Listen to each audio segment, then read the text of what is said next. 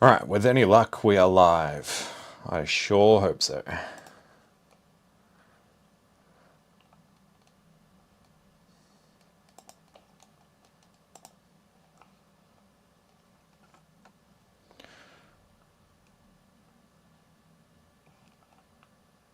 Either that or I've created another one.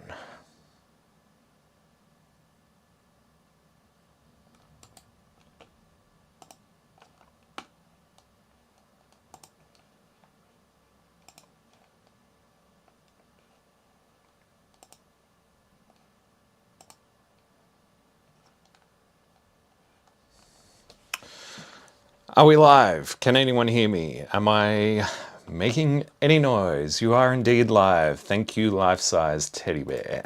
All right. Welcome, everyone. Yes, we are going to be repairing some Commodore 64s because I have quite a number of these that need repair. So, yeah, should we get into it? Everyone can hear me okay? I do have some background music, just some smooth jazz. It's going to be all very casual, so we may fix all 6 Commodore 64s that I have. We may fix one of them, we may fix none of them, but we will keep doing these streams until they're all back in service, maybe, with any luck. So, first of all, how is everyone? Are we all doing okay?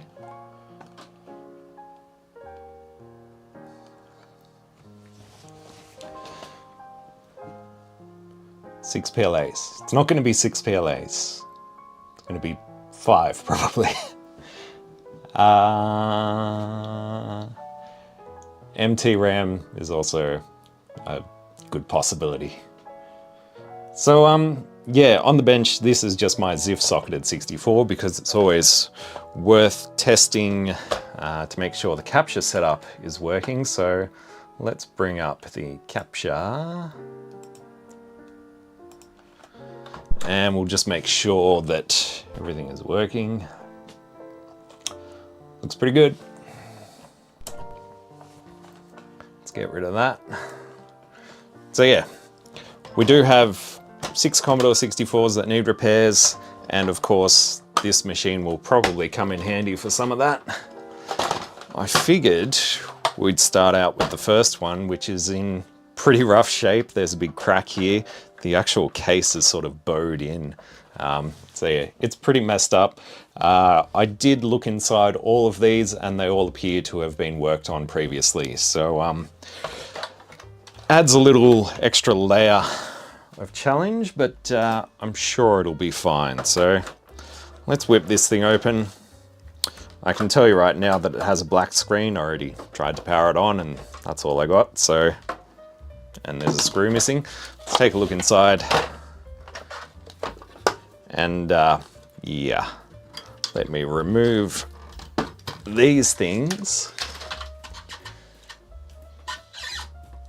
And yeah, somebody has worked on the RAM over here.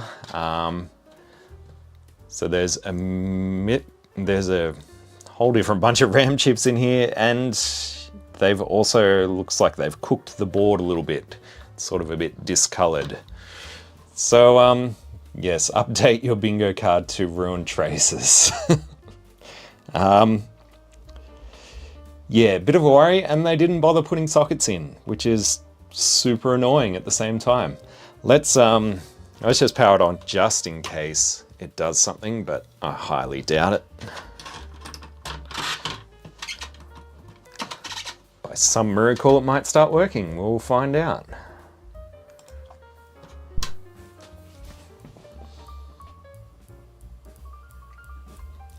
Thank you, Tron. Really appreciate it. Yeah, I hope we get some tough ones as well. You don't want it to be too easy. So yeah. Black screen.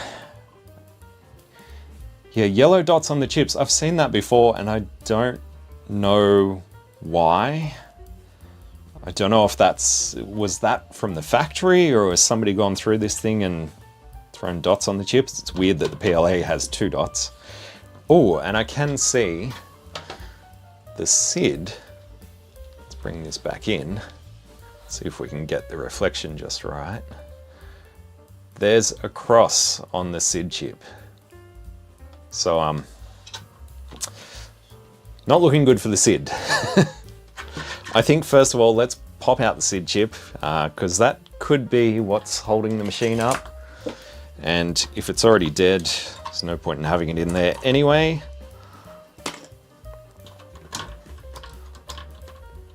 We'll do another quick test, see what that does. Probably nothing.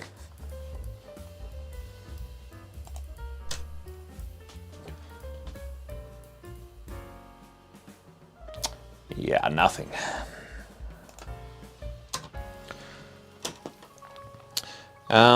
What we should do, I guess, is check our voltages. Start with the basics. You never know. Could just be a bad switch, which I think is on Jeff's bingo card. So let's see if that's the key.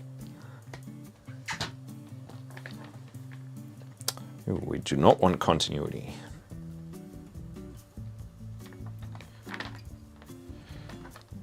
Yeah, it sucks when you get them and they just work. That's no fun. All right, DC voltage. So at the user port, we're seeing 5.02 volts. I've got the probes reversed, but that looks perfectly fine. And for the AC, this should be fine because we do have a video output from the VIC. So 9.4 volts AC, and we should see the expected outputs on the voltage regulators.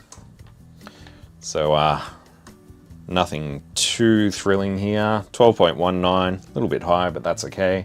5.03, no problems there. And we can also, while we've got the multimeter, don't necessarily need the oscilloscope for this, but we can also check the reset on the CPU. And it is at 5 volts, so it's currently high, which means the CPU has come out of reset. That's really about all we can check with the multimeter. We could check frequencies, but I think the scope's going to be easier for that. So not the switch. Could be the kernel ROM. Could be anything at this point. All the major chips are actually socketed, so that is kind of convenient. Makes them easy to test. I'm wondering if we should just pull out all the chips and test them one by one, or if we get the scope involved right now.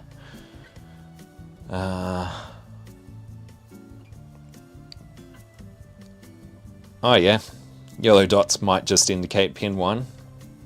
Make it a bit more obvious, I guess. Kernel mustard with a lead pipe. Put a dead test in. That's probably a good idea. Let me grab a little dead test and diagnostic cart. Make sure the machine's off. All right, let's see what the dead test gives us. Where is capture?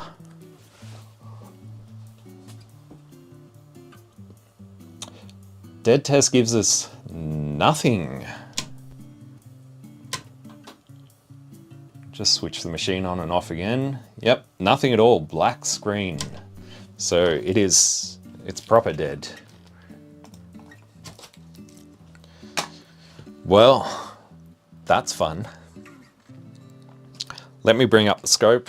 We'll just have a look, make sure. We should have proper clock frequencies because the VIC-2 is actually outputting a video signal. It's just black. So clocks should be there. We'll have a quick look at some other key thingamajigs. Technical terms here.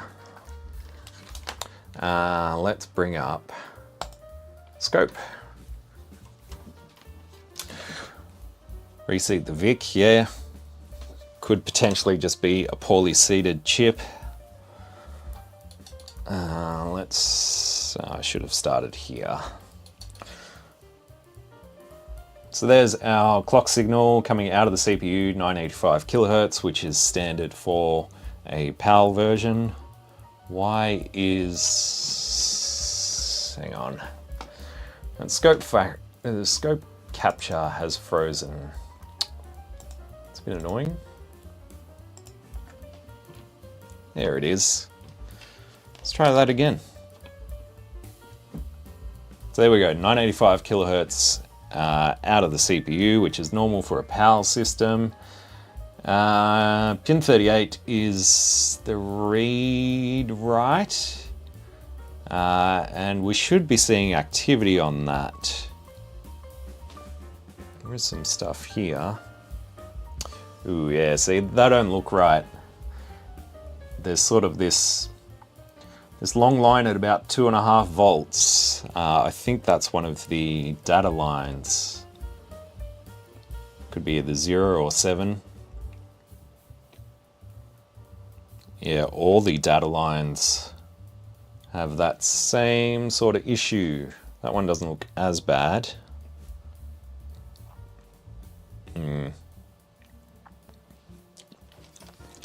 Data lines don't look good. Yeah, I've just retired my my Handtech scope, and managed to pick up one of the Rigol DHO 804s, and so far it's been pretty amazing. This is just on the address bus, I think, and yeah, it also doesn't look too crash hot, but not as bad as the data bus. There are no MOS branded logic in here, which is a good start. Yes, it is triggering at a weird spot, but that's fine. I think, like Randall says, the VIC-2 could be an issue. I think the VIC-2 does generate the read-write signal, so that could be a likely culprit. We could have more than one bad chip on here, I think.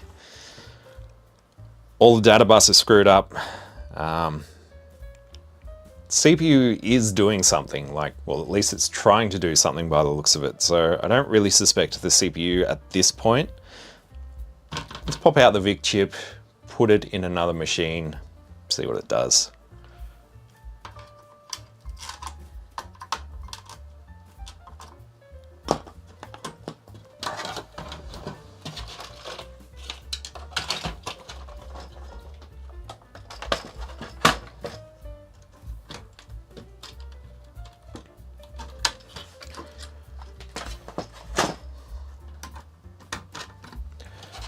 Do, do, do, do, do.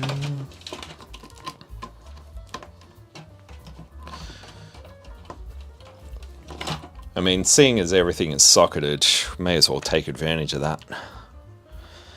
All right, make sure our capture's still working. Let's get rid of the scope. Where's the scope? Get rid of that. Capture looks good.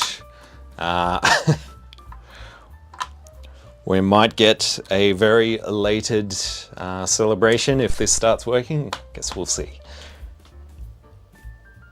Oh, all right. So that is the VIC chip from our dead machine, and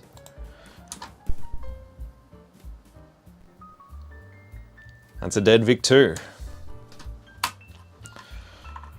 Well, that was easy. All right, let's throw a working VIC-2 in our dead machine. See if that brings it back to life. Goes that way.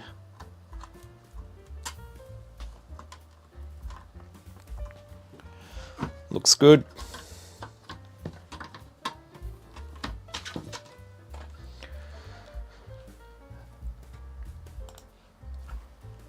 Let's see.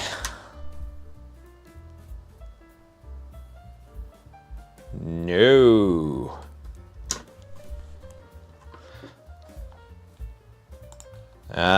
The VIC-2, well, that's definitely bad. We can be sure of that. It's not the only problem though.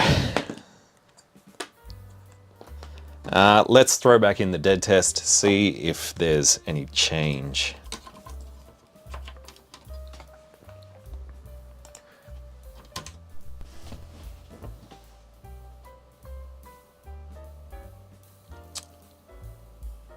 No, still no flashes or anything.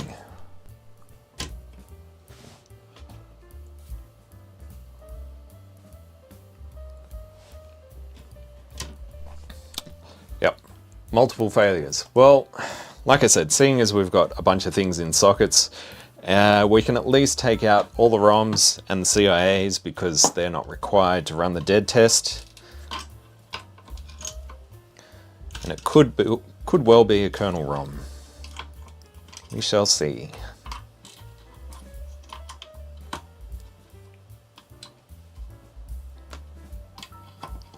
Yeah.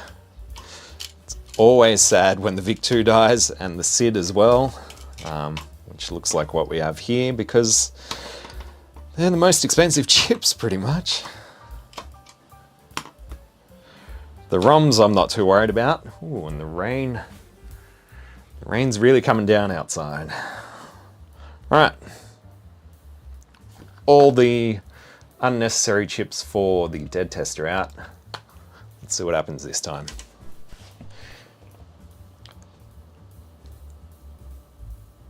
Still nothing, nada. Let's leave it running. Have another look on the scope.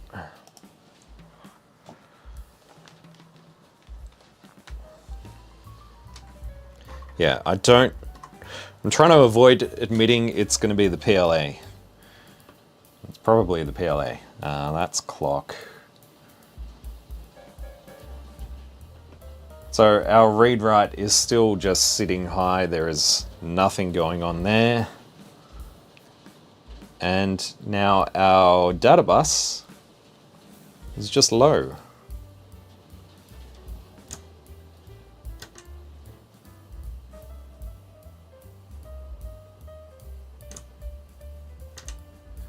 And power cycling machine does nothing.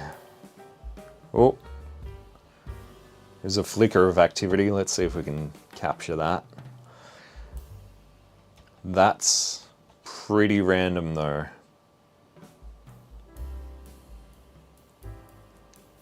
It's almost like it's trying to do something, but yeah, most of the data bus is dead.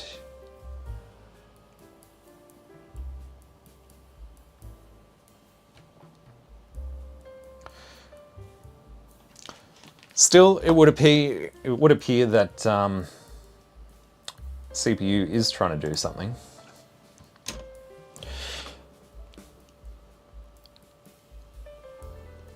PLA. PLA.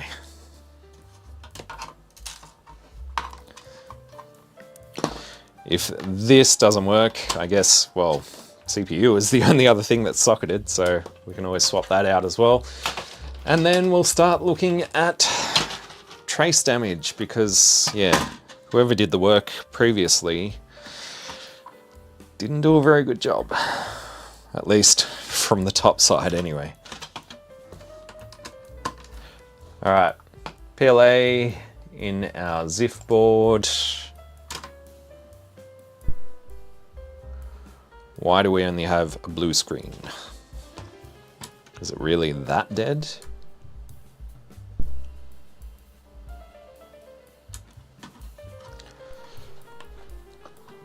I'm just going to swap to a good PLA and still have blue screen.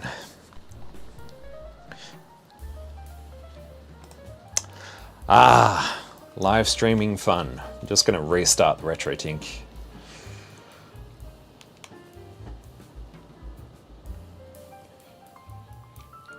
Is TRC my full-time job? Not really. I wish I could make enough money to live off this, but yeah, no chance. Oh, yes, you're right. No VIC-2. That'd be why we don't have a video output. Let me just grab another VIC-2 just so I'm not swapping these back and forth all the time.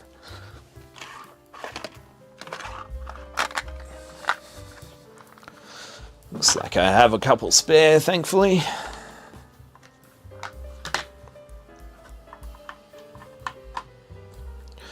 Alright.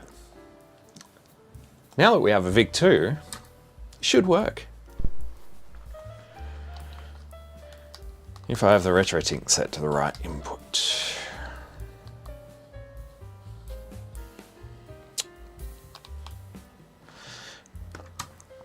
Every so often, the RetroTink will show a green screen just because.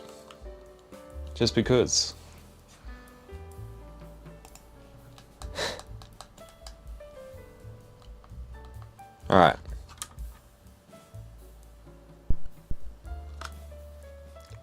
Ooh, that doesn't look pretty.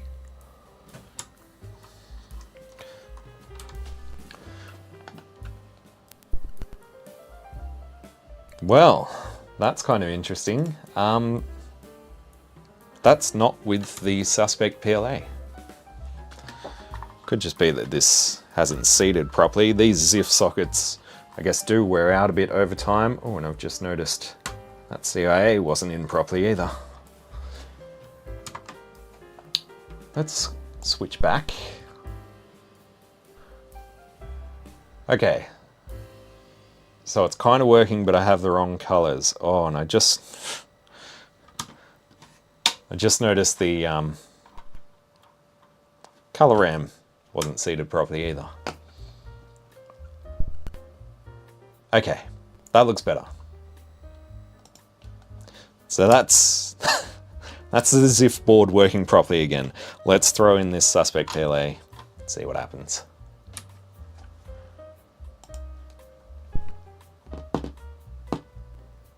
We have a black screen.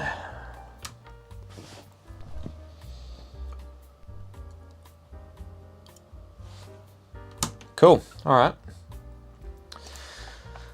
As boring as it is, dead PLA. Cool. Let me find another PLA, just so I don't keep forgetting to put chips back in the ZIF board.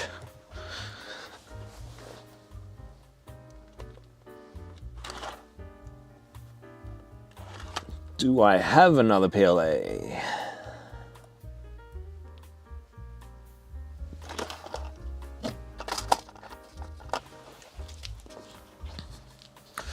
Well, I've got an original PLA. Probably should test that before we assume that it works. Yeah, it's probably a good idea. We should try the other socketed chips while they're all sitting here. Let's just test my spare PLA. Okay, that works.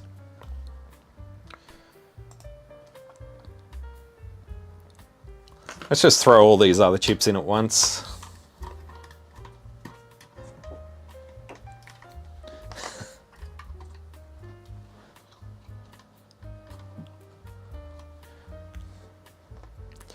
Yeah, well, these C64s did all come from eBay, and it's quite possible that somebody threw all their dead parts in.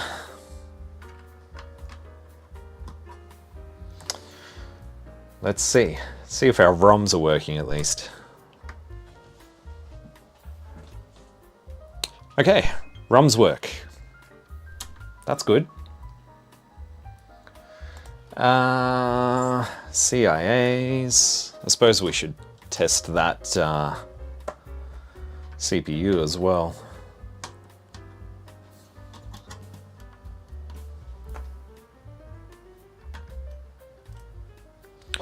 The CIAs may or may not immediately show a fault, but they should at least tell us if we're just getting a black screen, if there's a major issue with them. That one is not going to fit in that socket. We'll just test them one at a time. This final socket for the first CIA is pretty shit. It's one of the original single wipe sockets, and it doesn't hold the chips very well anymore.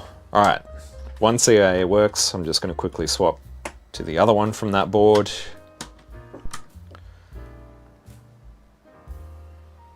And the other CIA appears to work, so that's always good.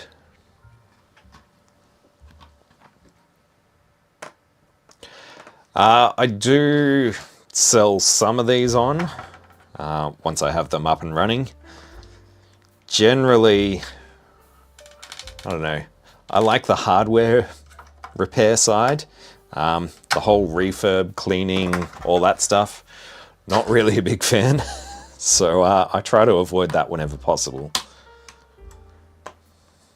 But I guess I'll have to sell most of these off, at least to recoup some costs on them. Alright, let's see if this CPU is bad. Alright, CPU is good. Alright, cool.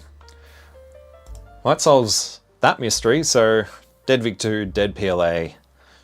Let's throw some chips back in the other board, see what happens now. Can leave all that stuff in there. We'll use these ones.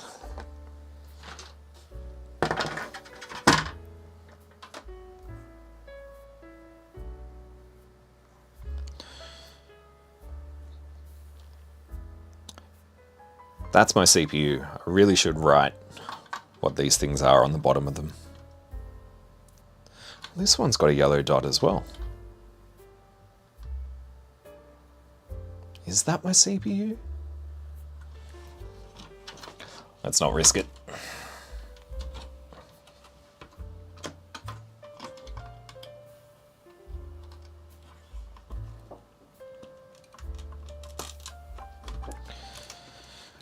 And it's going to need a working PLA. We can use this one.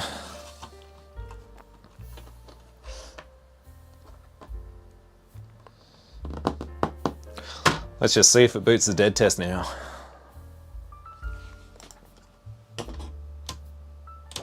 Help if I plugged in power.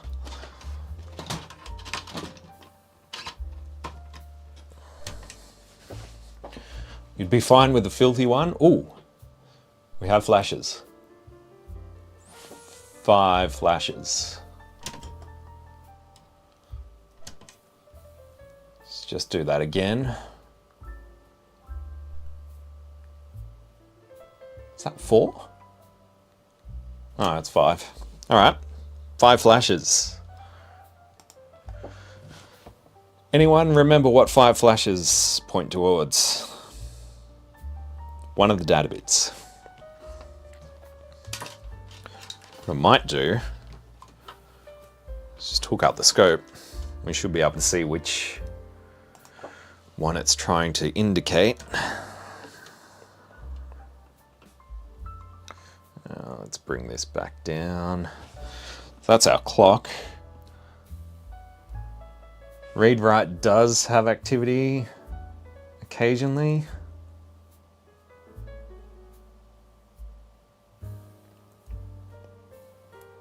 It's very occasional, but that might be normal with the dead test. Okay. Well, at least some of our data bus looks better. That looks pretty good. Also looks good. Looks alright. Not bad. Not bad.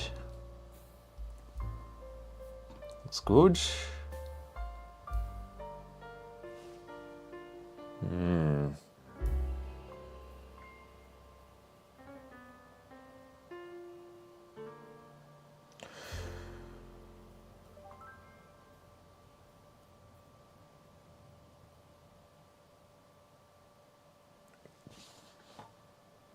This one looks a little bit odd. It almost looks like something is trying to pull it down every so often, but it's not making it. That is pin 31, 32, 33, 34, 35, 36, 37, 38, 39. Pin 40 on the CPU. Let's have a look. See what pin 40 is. If I do this, there we go. One really handy thing to use is BWAC's reverse engineered 250407 board, even though this is a 250425. One thing I like to use from here is the interactive bill of materials, because this pretty much shows you a whole board view along with, you know, all the different components, and one of these will show you all the traces. So if we just zoom in on, let me just move that across a bit. If we take a look over on the CPU and find pin 40, 1, 2, 3, 4, 5, 6, 7, 38, 39, 40. That is data bit 7. Oh, sorry. Yes, pin 40 is reset. Pin 30. Pin 30 on the CPU is data bit 7. And we can see that it runs to the ROMs and the CIAs, but they're not installed, so it can't be an issue with them. Also goes to U12. And of course, the SID.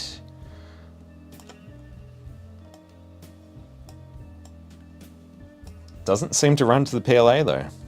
Okay. Goes to the VIC2, but we know that's okay.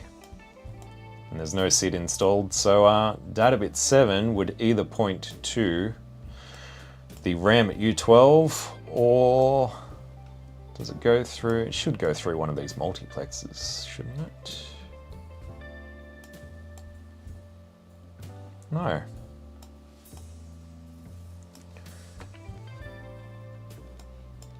Let's look from the underside. No, okay. So, looks like it only goes to U12, and of course to that resistor pack. Does it go to that resistor pack? I don't even think it goes there. Alright, U12. This guy. Did you miss all the fun? Nah, not really. You expected this to be fun? So far we've had a dead PLA and a dead VIC2, and it looks like a bad RAM at U12. So let's get it out. You can also take a look at the underside, see what the horror show looks like there.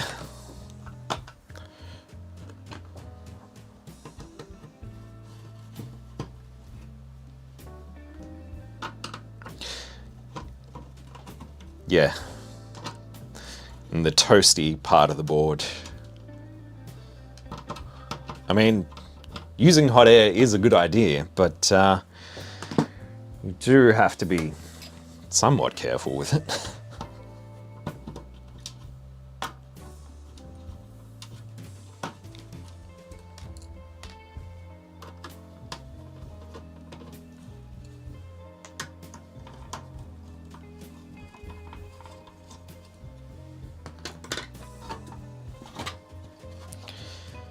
All right. Zoom. So, not great. It's one of those crinkly boards, so it's kind of hard to see if there's any major damage.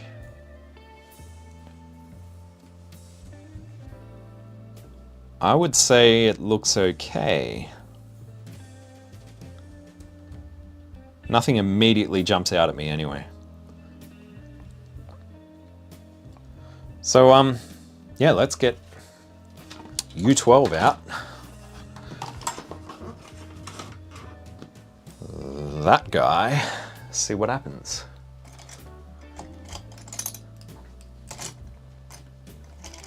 And before I mess up and desolder the wrong chip, probably should just mark that. It is this here. There's a good chance that most of these chips are probably going to have to come out anyway, but we'll see. Just got to wait for the desoldering gun to heat up. Ah, the side panels come off. Screws, like the screws that are in this board appear to be just random. So yeah, definitely a parts machine. And dare I say, somebody knew that that VIC-2 was bad, probably the PLA as well, and just threw them in there before they put them on eBay as untested, but oh well. Could piggyback the chip before removing. I don't usually use the piggyback technique. Let's see if it works though.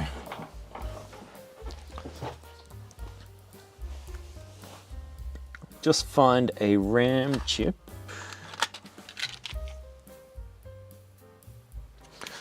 .4164.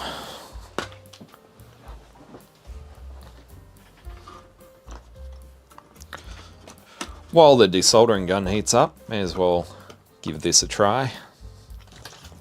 Still gonna need the dead test for this, so I don't have any of the other chips in there yet. Let's zoom out. All right,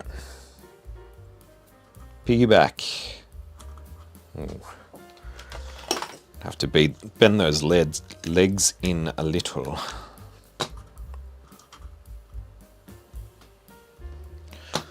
Let's see what this does.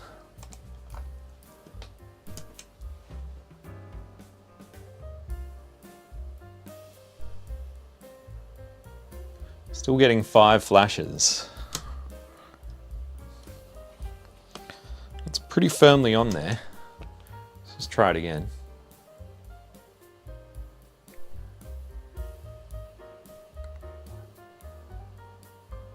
Yeah, it's still 5, isn't it? Yeah, the chip below could be shorted out. Could look at the temperatures, but I think at this point, it's probably better just to pull it out. Ah, 5 flashes indicates U10.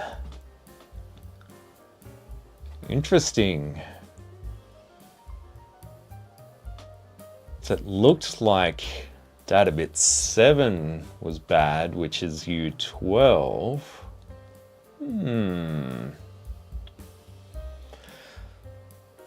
5 flashes indicates U10.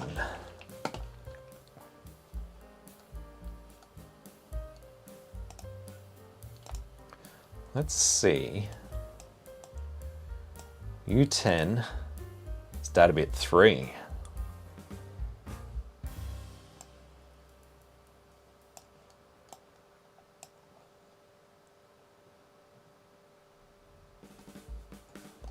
Which does go through U16.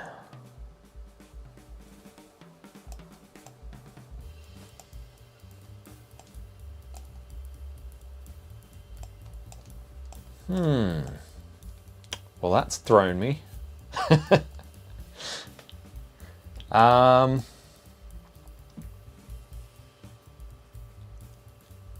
Could it be U16 is bad?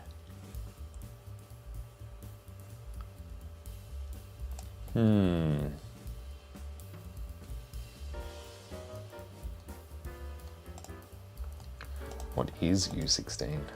Ugh. So 4066. Those two that you can't see. All right.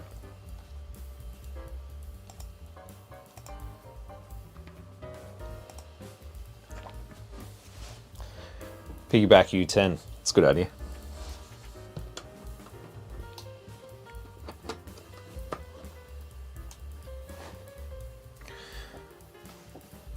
Help if I could read silkscreen on this board.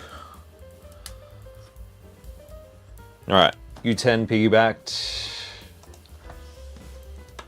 Let's see if we still get 5 flashes or if it changes to something else. Oh. We now get 1 flash.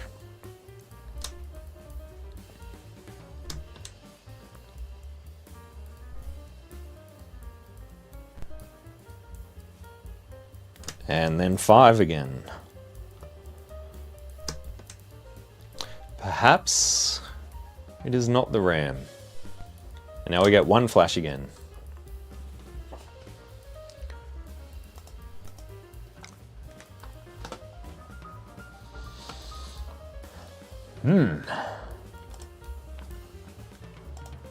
Alright, here's what I'm thinking.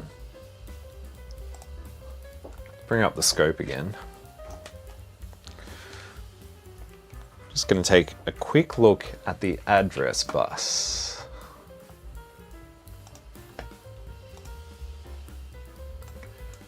So on the CPU, that is going to be... where's VCC? There's VCC.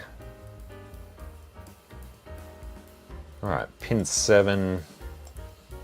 Pretty much all the pins on that side. So that's VCC. That looks alright. So that's A0, this is A1. A2 looks a little bit odd.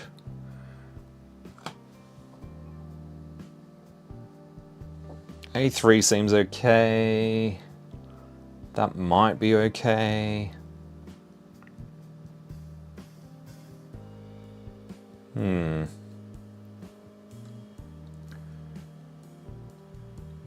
Address bus doesn't look too bad. That's a bit strange.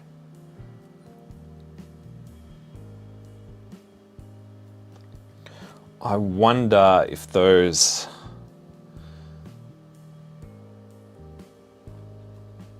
Still learning the layout of this scope. I wonder if those are trying to go down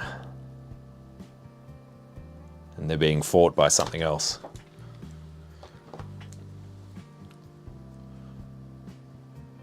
Flash is U12 data 7, so for the single flash. So could be 2 bad RAM chips.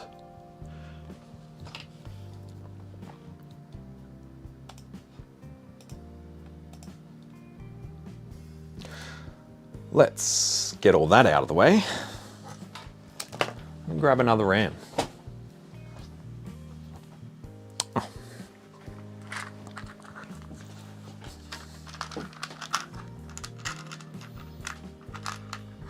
Double piggyback.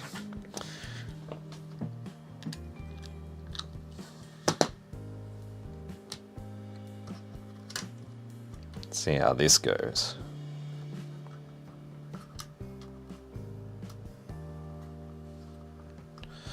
I'm going to try and hold them in place.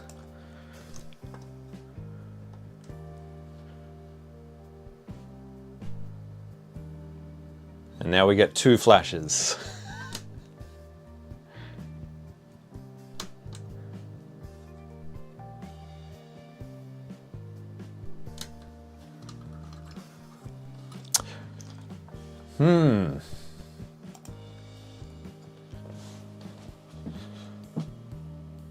Could it be that all the RAM is bad?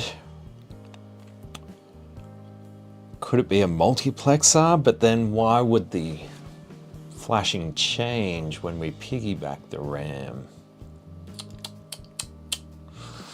Yeah.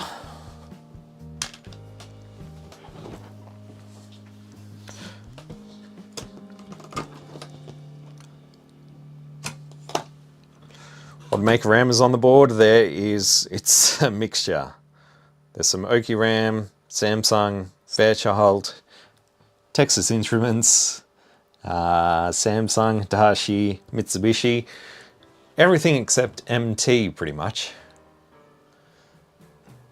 Yeah, I could check between all the lines between the RAM. I think I'm just going to start at least pulling off. I don't think any of them are getting hot. I think I'm just going to start pulling off at least U10 and U12. But I think at the end of the day, all this RAM should come off.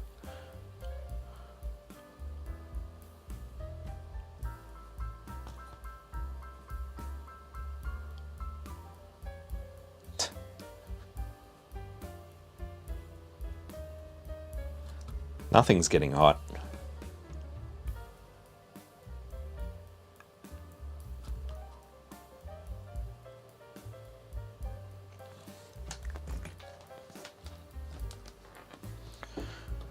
dead test isn't installed, but I suppose we can have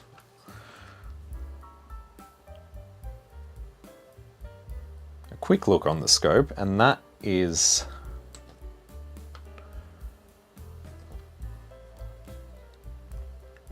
okay.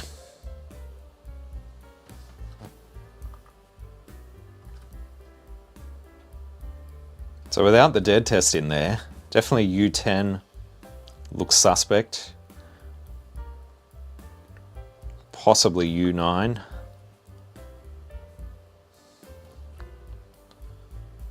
Whoa.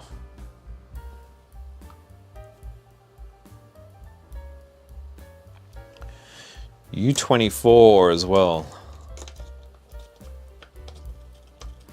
Not over till the black screen turns blue. Well, okay. With the dead test, things look a little bit more normal. So,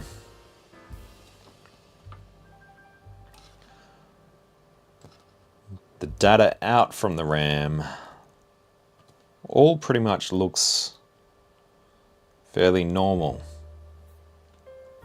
Except for U12, I don't like the look of that one. In terms of addressing on all these, yeah, everything doesn't look too bad.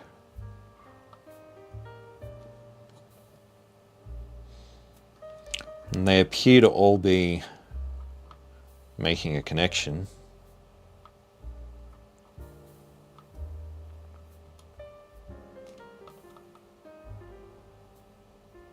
Do look a bit low though.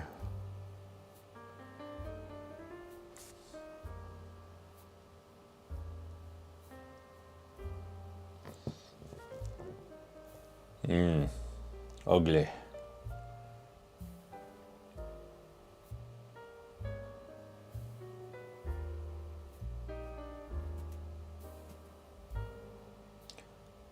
Top lip is more sensitive to heat than fingers. Yeah, I could believe that. Not something that I particularly want to do, but we can always look at the thermal cam.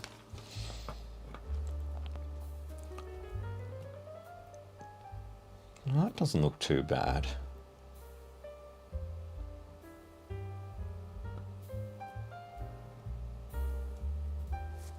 Except for that.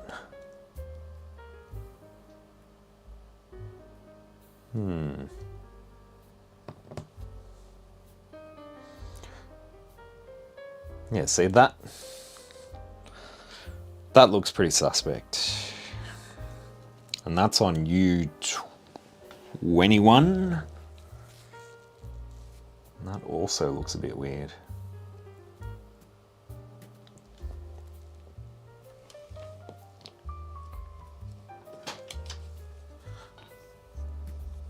See what thermals we got. So that's PLA, that's the CPU. And down here, what is that? That is the color RAM. They usually get quite warm. The one next to it is the 74 LS373. As far as the RAM goes, it's a bit of a mixture. That up there, I think, is the 556. No. It's U8, which is a 7406. About 30 degrees. It's not what I'd call hot, though.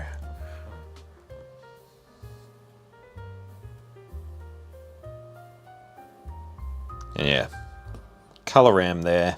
That always gets warm. Nothing really stands out as like burning hot. I mean, considering the CPU's already up to about 50 degrees, if one of these was cooking, you'd expect it to be over that. And they're all 25, 30 degrees.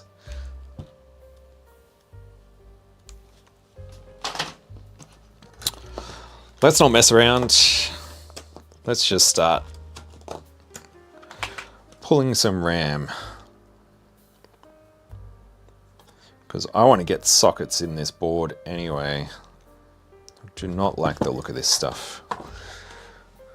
Can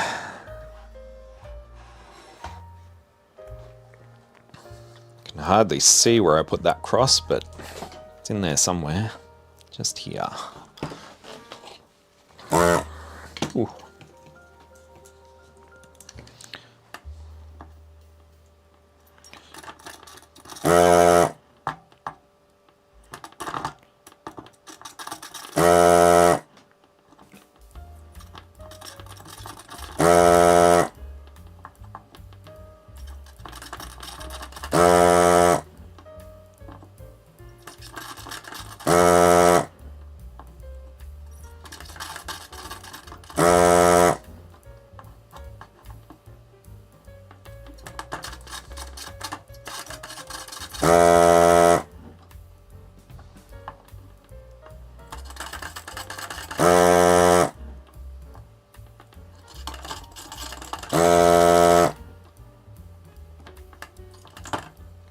Moo.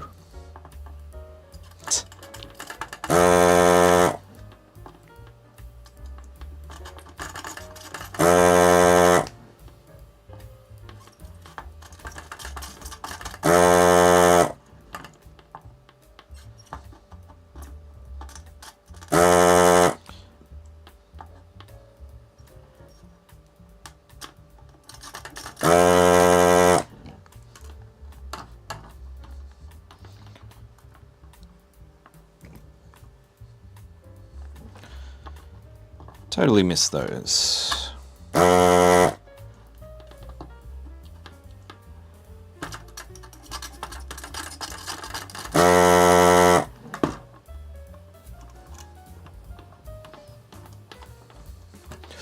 might be it.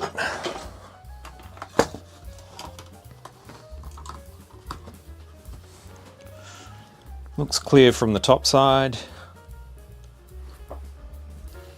Just gently give it a nudge. And that's good. Yeah, that's out. Well, I don't see any damage underneath. That's a good sign.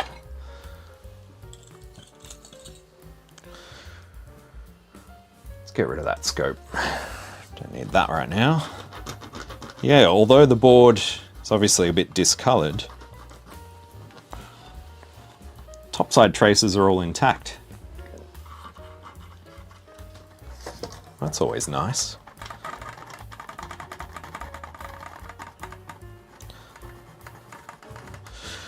Let's get a socket in, see what happens. Yeah.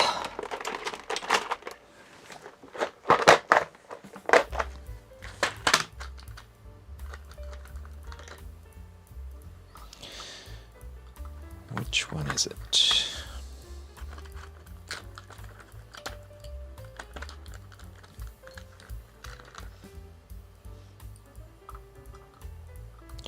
It's one of those.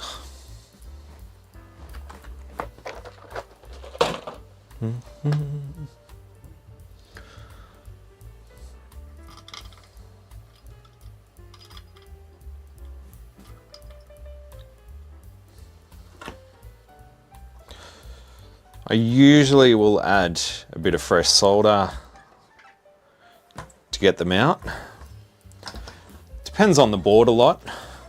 If there's original solder on there and it's never been worked on before, then I'll usually get a bit of fresh solder added in. And I usually do that just using the desoldering gun, just because I'm already heating up the pad with the solder anyway, so may as well kill two birds with one stone. But for boards that have been previously worked on, like I probably didn't need to add fresh solder to this one. Why I'm using this tip, I don't know.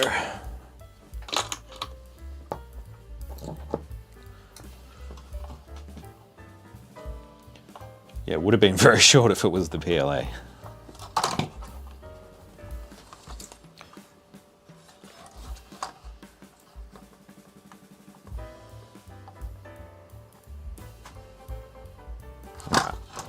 That's seated.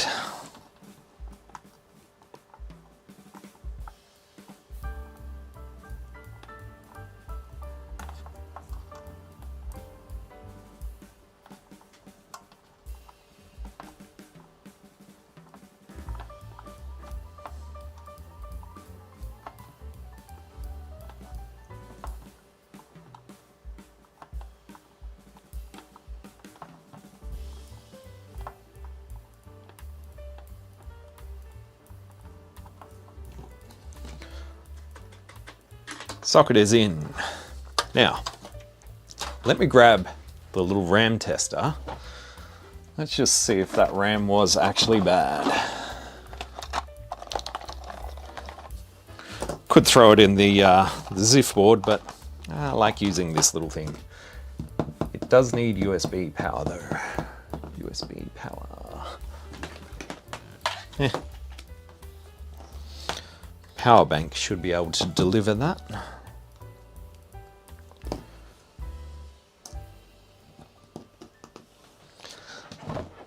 So, give that about 15-20 seconds.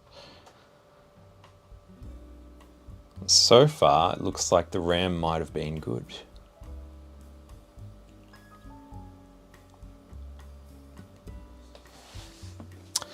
It is apparently good. What's a bet that the rest of that RAM may also be good?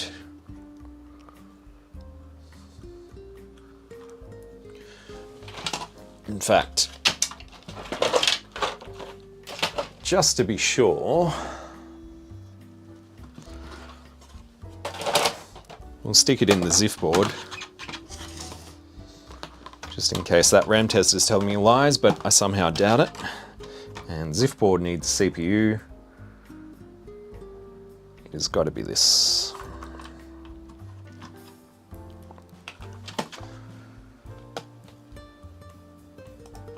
Make sure everything still works. Yes. Just going to throw the bad RAM, well, not the bad RAM, the suspect RAM in there. Yeah. That's fine.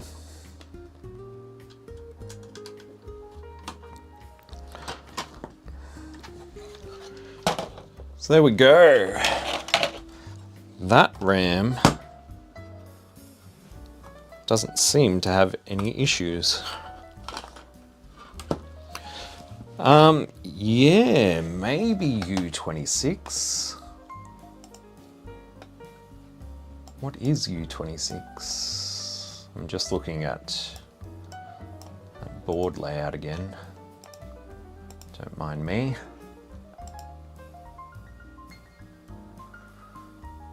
'74 LS373. Yeah, surely.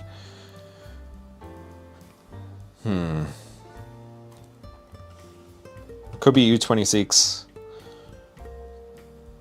Could be one of these multiplexes. They're both Fairchild branded.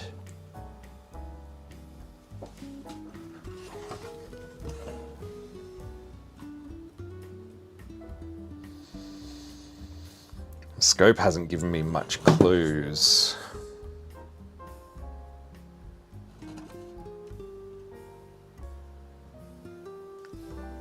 I think it's just going to keep reporting issues.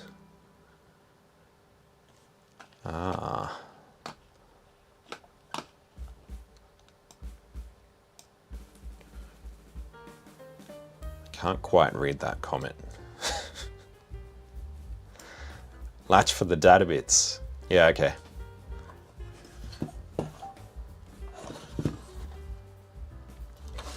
.373.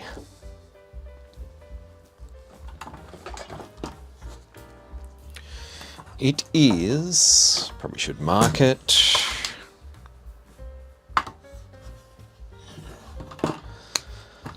That one, which is untouched by the looks of it.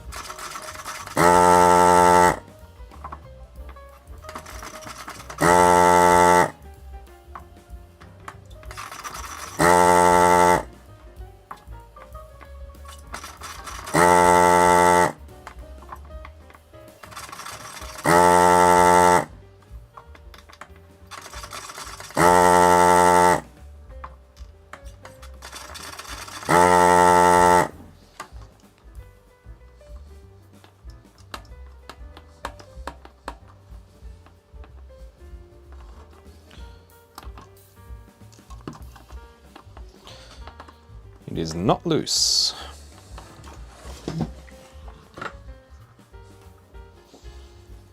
Although the top side looks free of solder, so I think it is just firmly pressed into the board.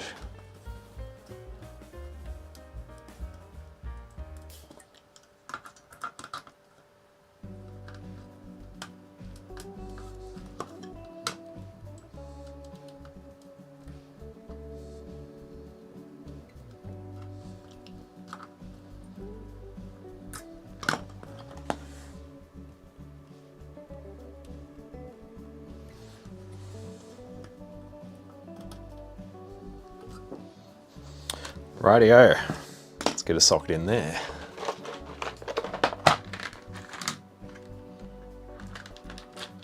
The board is very wrinkly.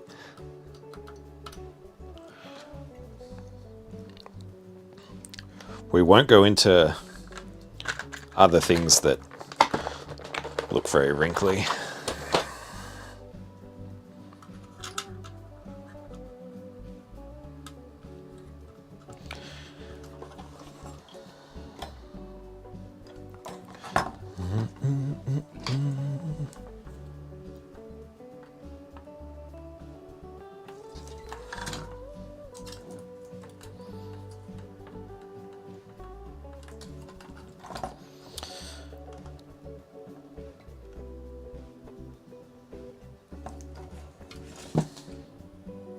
Alright, socket's up the right way. Always good to check that. Moisturize it.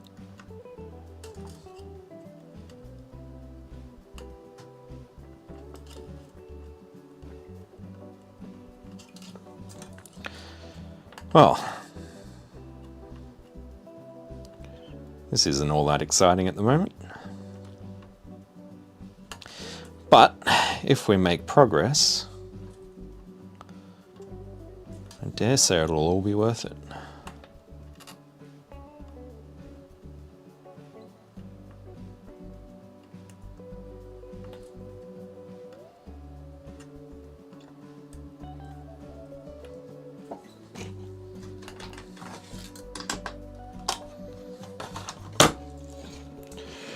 Right. Sockets in. Do I have... Yes, I did put a ZIF socket in for the 373 on the other board, so we can easily test that. So this is with known good 373. I'll just swap in the suspect.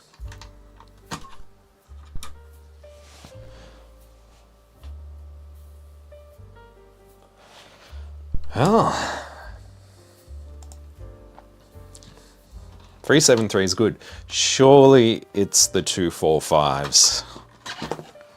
Surely. And seeing as we had errors that pointed to, well, these two, I'm going to go for that 245.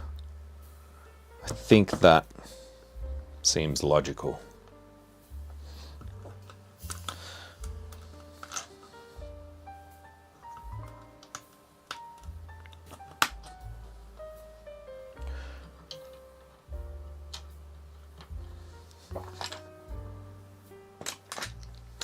Or it's just that all the RAM is actually bad except for the one that I managed to take out that wasn't. But thinking more likely it's going to be one or both of these multiplexes. Oh, I just wiped off the one that I wanted to desolder.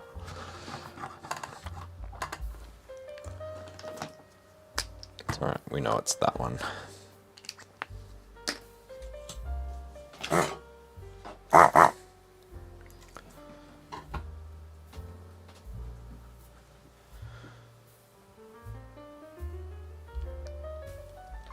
Yes, Steve, one of the RAM chips was not heating up. Or at least it didn't look like it was heating up, so it could potentially be faulty as well.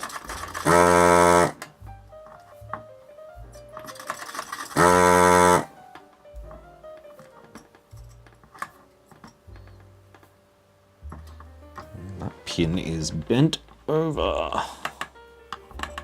That's annoying.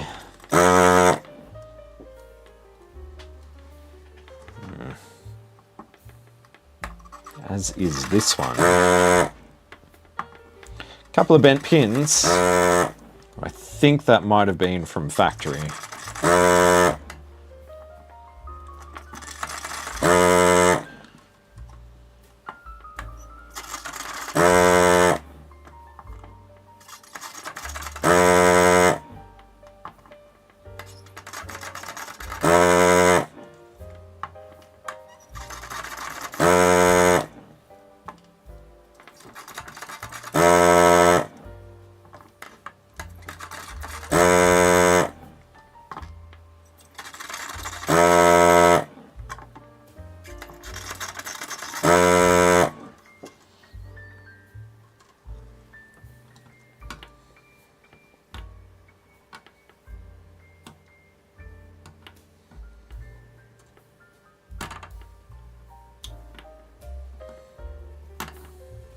Alright. I think I managed to straighten those pins enough that it should release from the board without taking anything with it.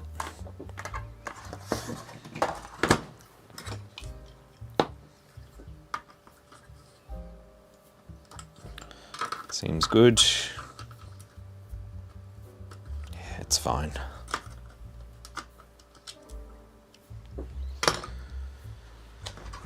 Let's not even bother putting the socket in yet. Let's just test this out. I kind of need to know now. Let's throw this straight in.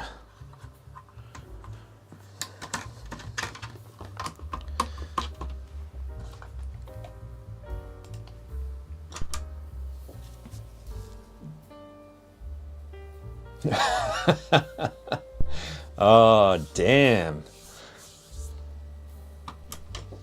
That's fine as well. Mark, thank you. Really appreciate it. Amazing.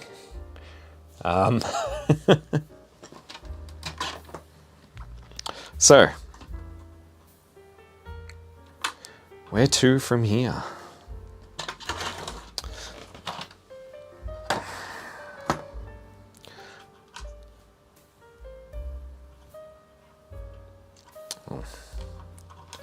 Let's throw that back in.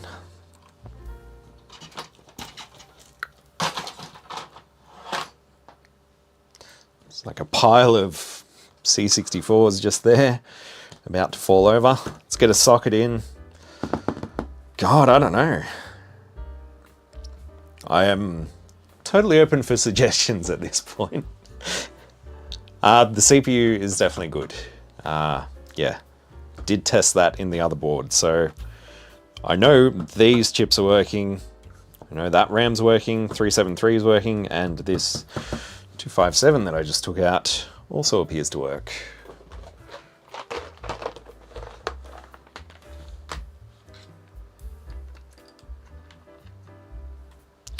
Where did I put those? Good sockets, these ones.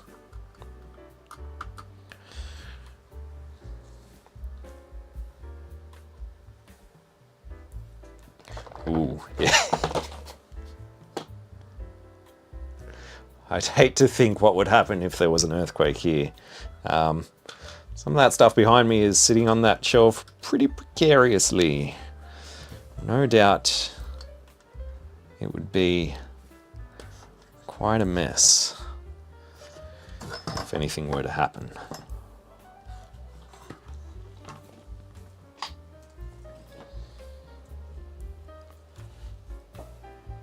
What if the CPU socket is bad?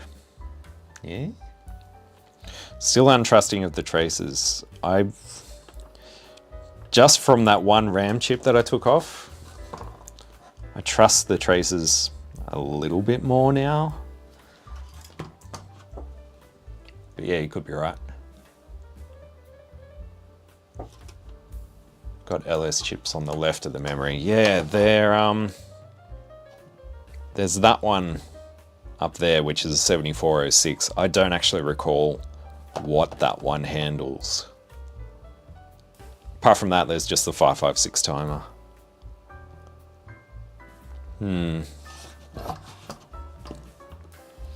I'm sure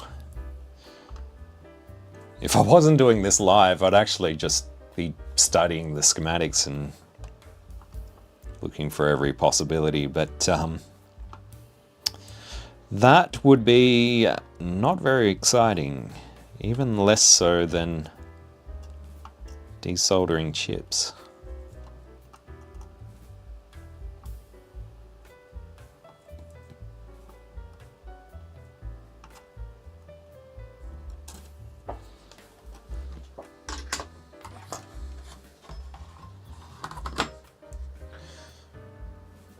Deoxit that socket. I don't have deoxit, but I do have something very similar.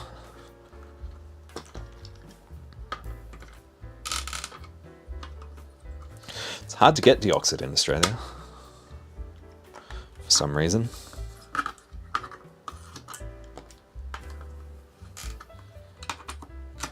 But it's a fair point.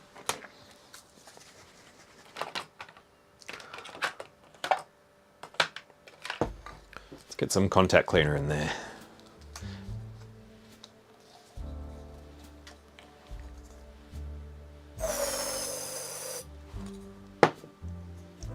The sockets on this board are all single wipe, so I think these are all from factory by the looks of it. Apart from the couple that I've just added.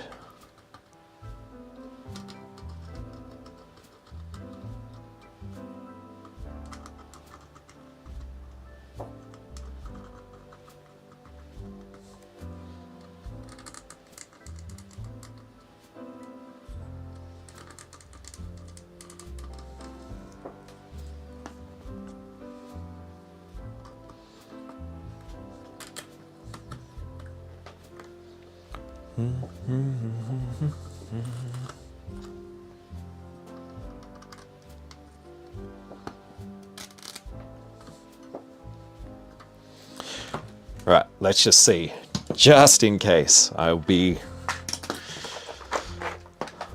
glad if it is just a bad socket. Also kind of be a little bit pissed off at the same time. We're gonna need the dead test still in for this.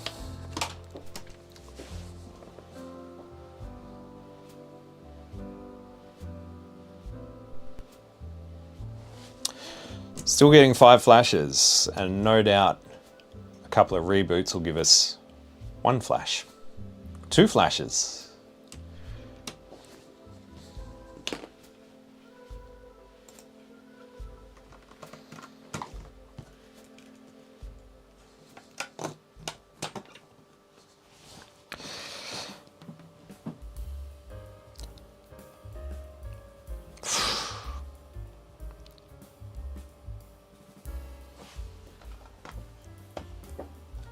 What else have we got here?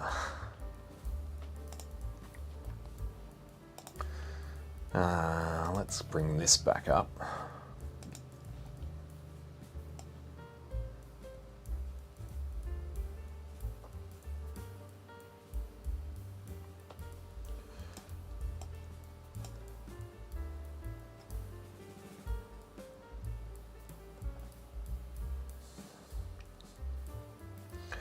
U15 is a 74 LS139.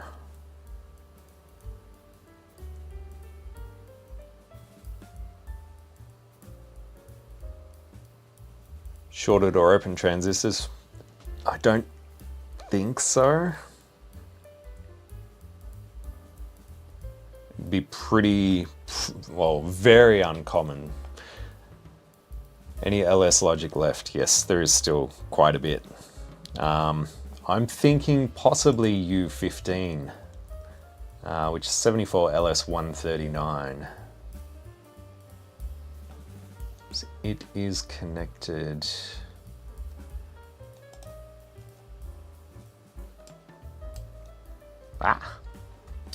Always managed to zoom back out on this thing. At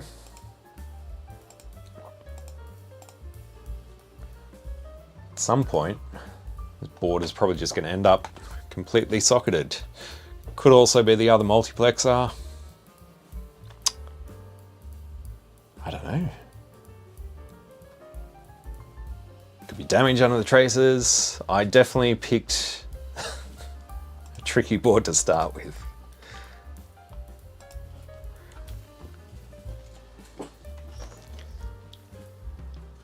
Oh, welcome to all the Canadians.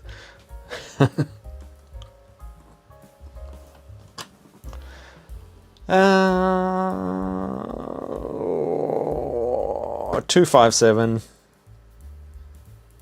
and then I think the 74 LS 139.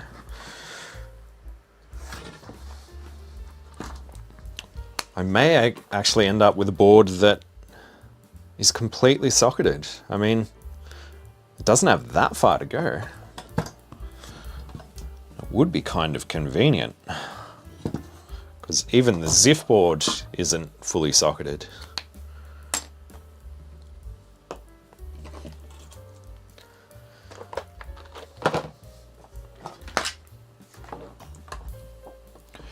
All right.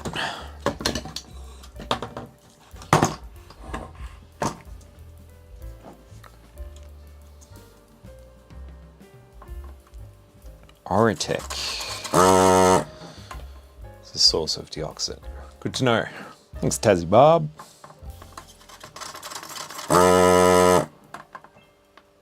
That didn't work.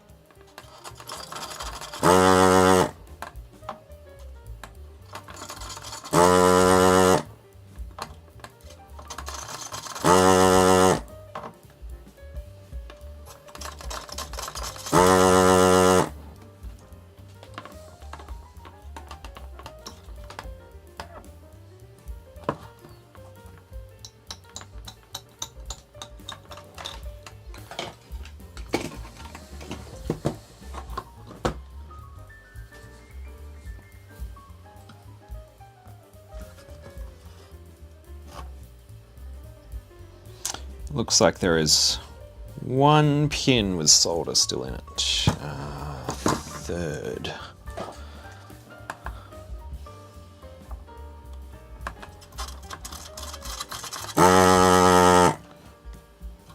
Yeah, the desoldering gun. It's giving me a slightly different moo.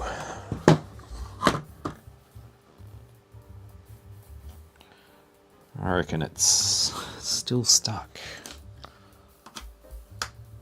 Maybe not.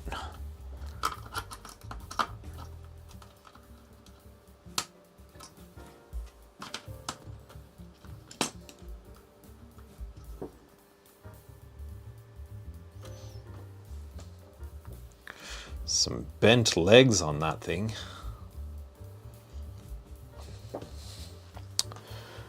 Do do do.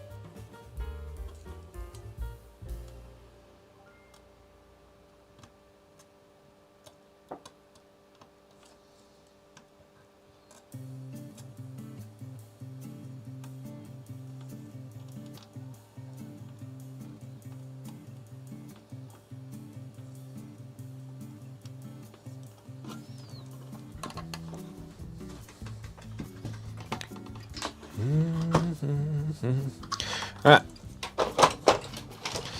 Before we mess around with that, let's test out the other 257.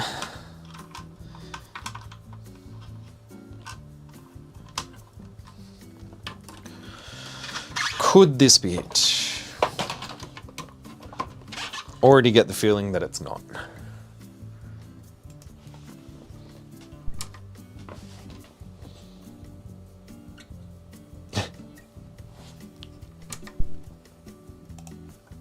That's fine. Totally fine. That's cool.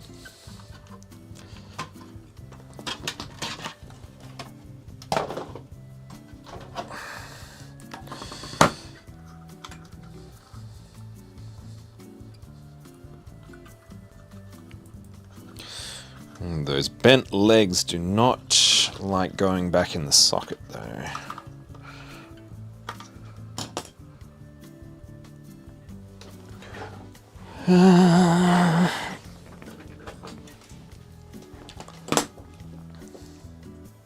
Yeah, that's right. This is fine.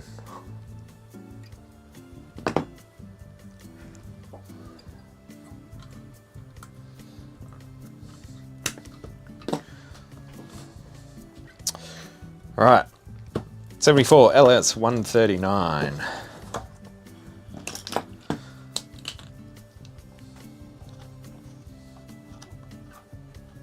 Certainly did not expect this to be one where I end up socketing everything, that's for sure.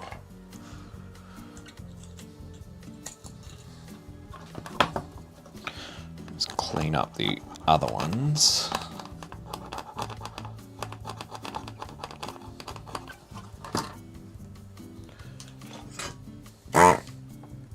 Randall, thank you. Appreciate it.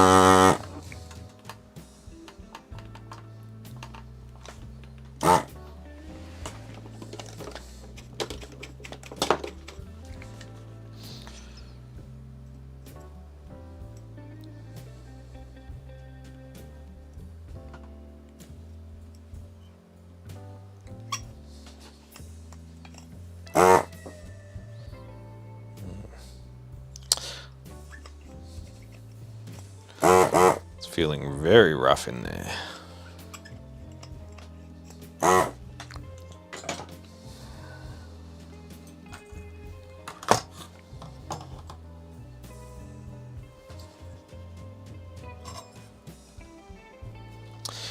think we're good.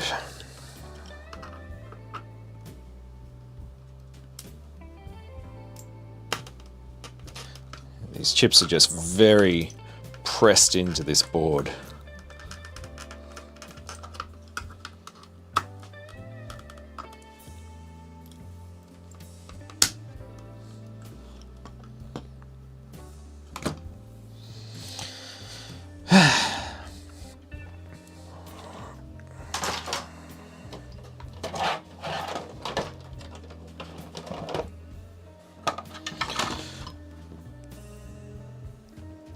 I don't have the 139 socketed in here.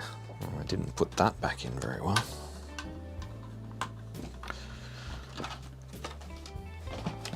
All right. Just gonna run the 139 through the Mini Pro. See what it tells me. And hopefully not break any live stream stuff while I'm at it.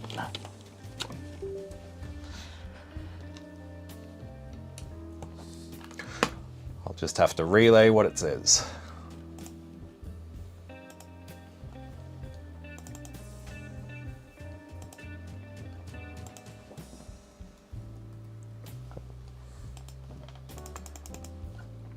Test normal.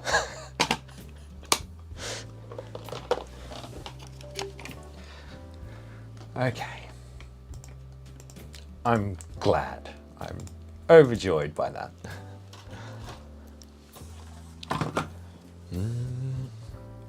Right socket. Yep.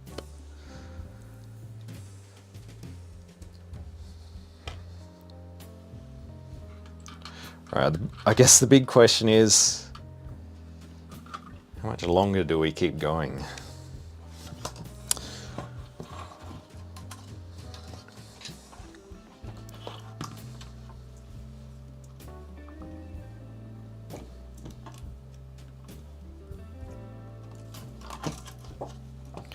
Sure, if I took the time to research this properly, probably narrow it down pretty quickly.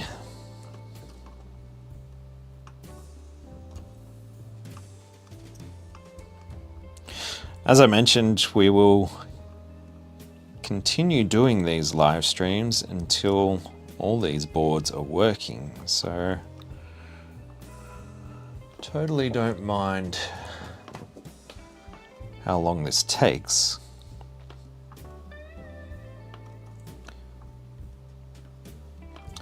Of course, I don't want to waste anyone's time either.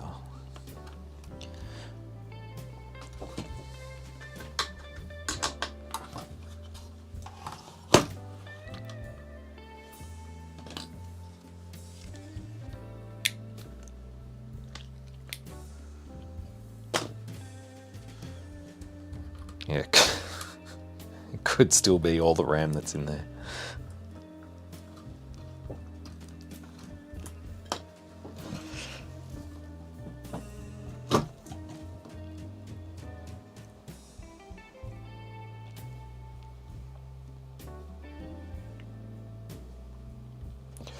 Let's at least get this RAM in sockets.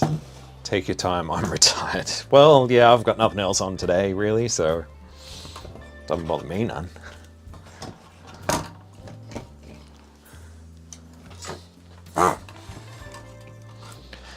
RAM starts from here.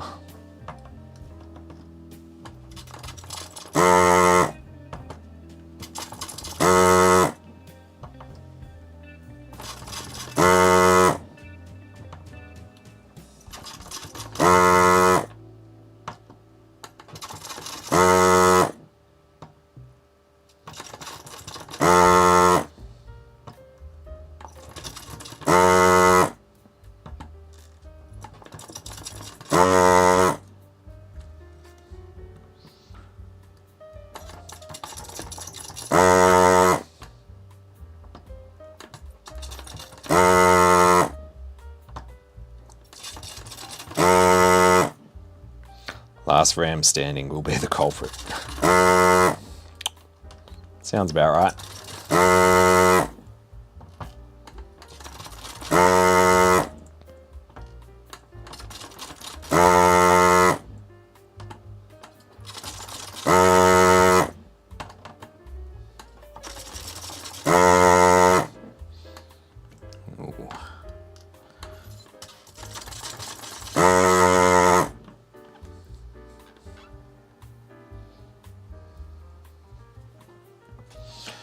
Don't like the look.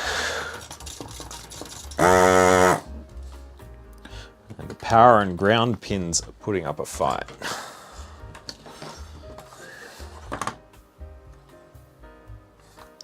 Yeah, they're both still in.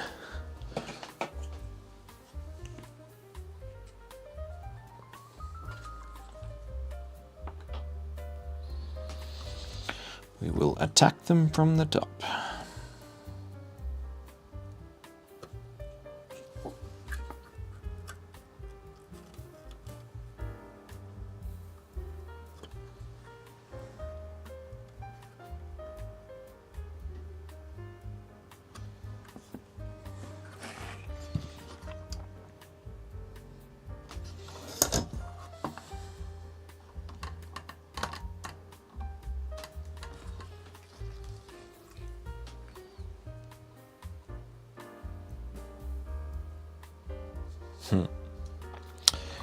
Yep.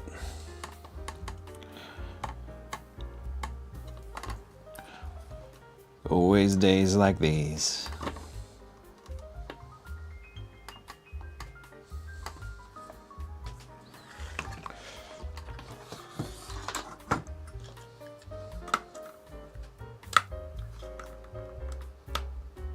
Hopefully we're having fun though.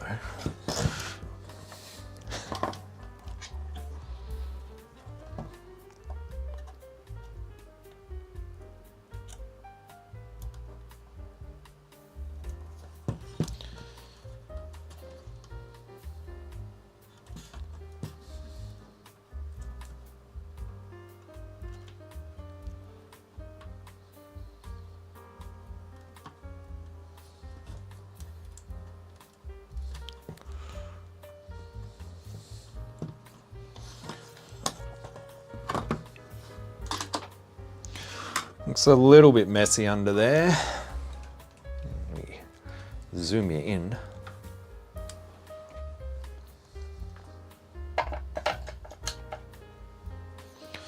Hard to tell if there's an actual problem though.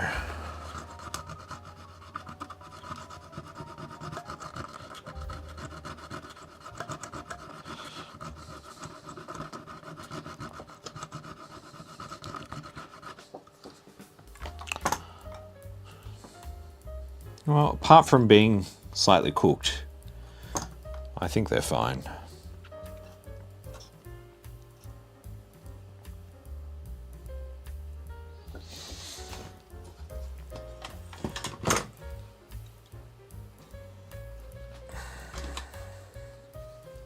Huh.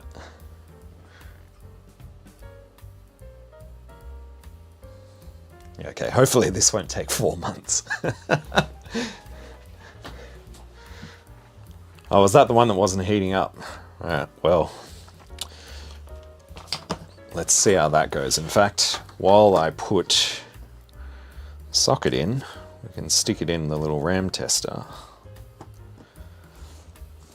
that off to the side there. Oh, my power bank has had enough. There we go, let that do its thing. I'll throw in a socket when I find my sockets. I get the feeling it's going to be good though. Usually they'll fail almost immediately if there's a problem. 4 green lights, it is good. Do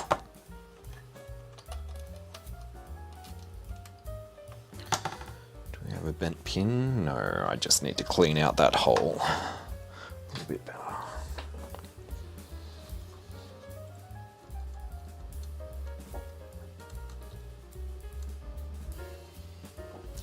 I do have to wonder if whoever did the previous work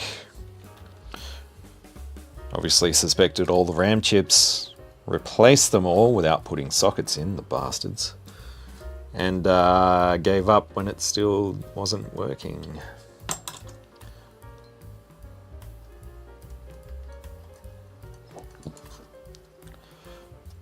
But did they realize that the PLA and the VIC-2 weren't working? Surely they would have.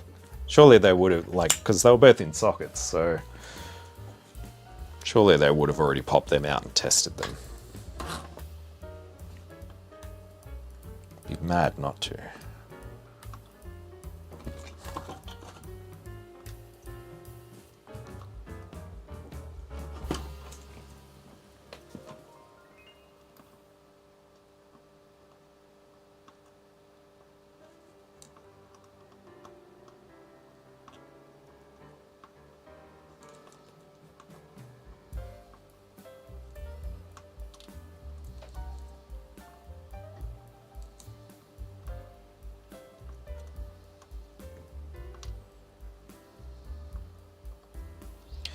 Wonder if they damaged something putting the RAM back in though.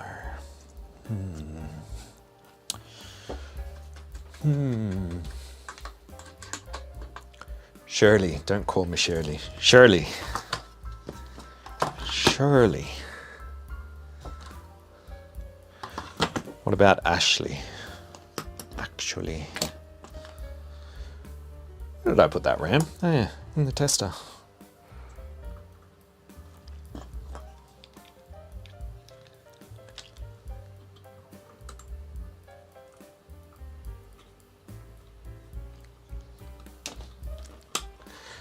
That's true. Don't get as good a price on eBay if you leave sockets empty. So people just stick any old junk in them. Ooh. Some short legs on this one.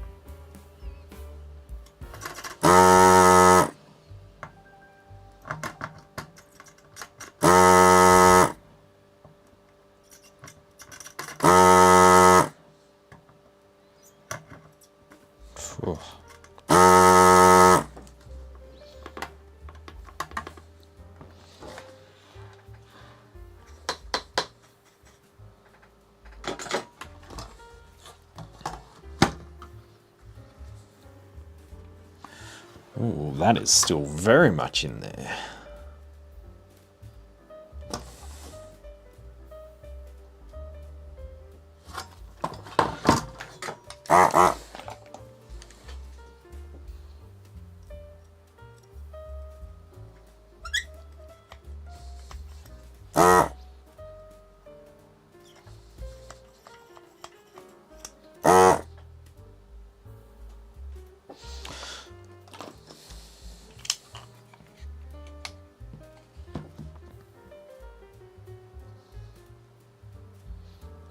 It's not full. Not even close.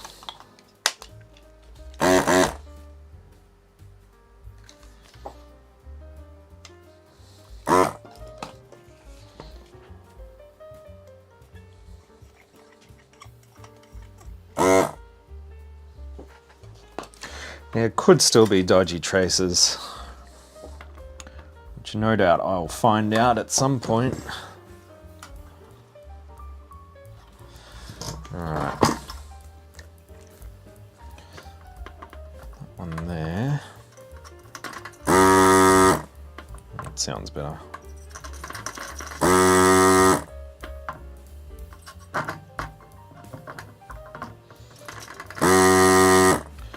It's like no legs to grab onto.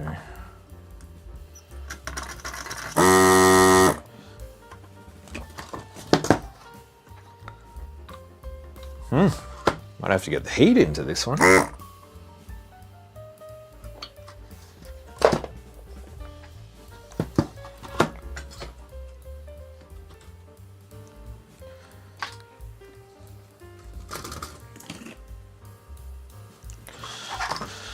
Let's just see if we can attack it from the top.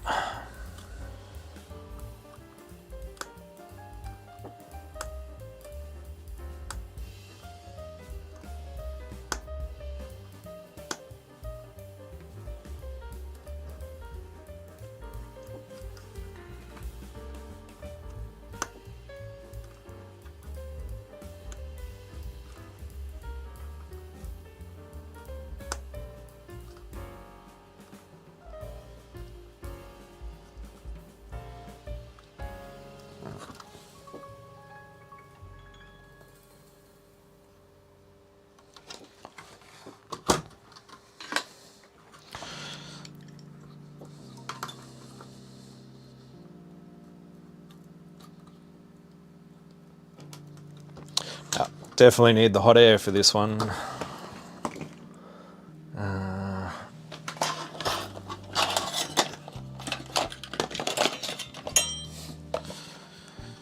Just gonna prop the board up a little bit.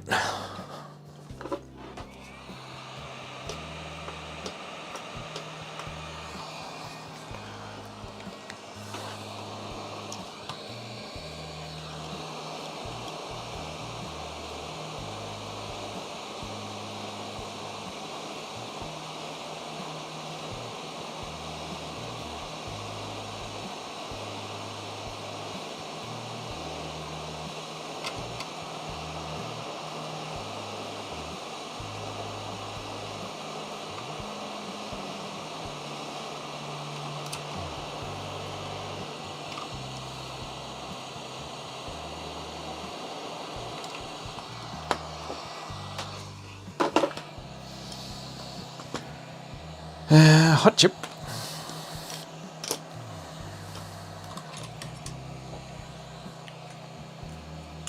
Put a pie in the oven. I am kind of hungry.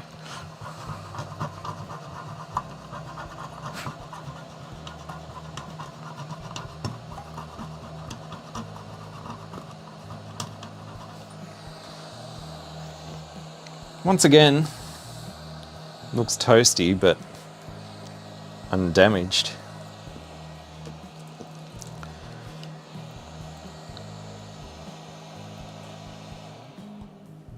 Shh. Go.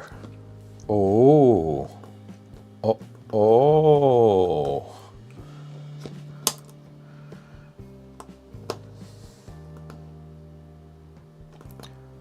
We got one. Let's throw it in the other board to be sure.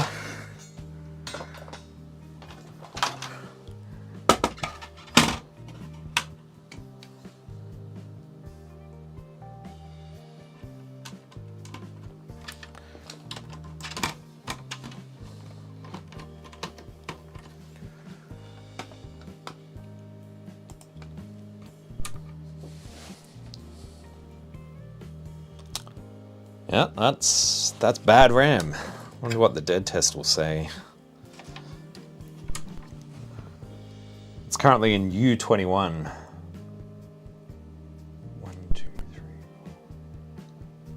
4. Is that 8 flashes there? Is the dead test accurate? Is it pointing towards U21 on that one? I don't know.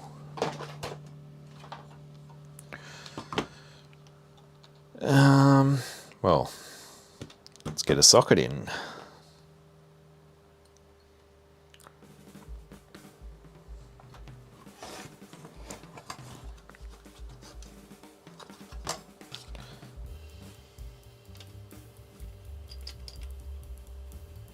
Yes, that was U10, which the dead test did predict ages ago, and then I didn't trust it. And this socket is a little bent.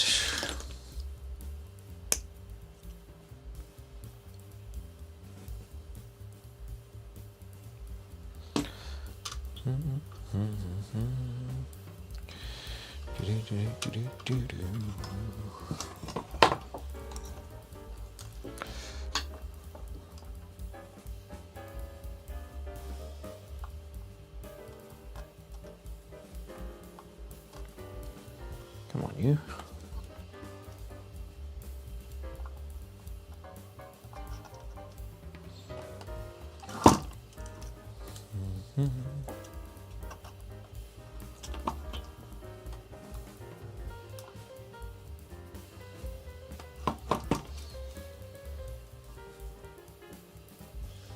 I'm not going to pull all the sockets and put ZIF sockets in. I already have a board for that.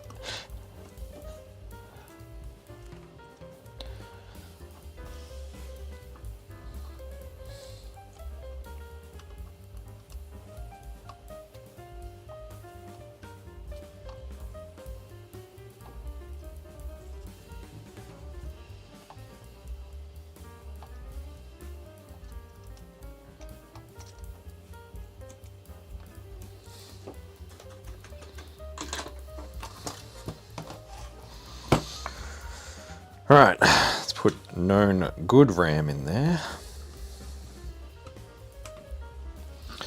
And we should mark this as bad. That's a Samsung RAM chip. We know that PLA was bad. Mark that while I'm at it.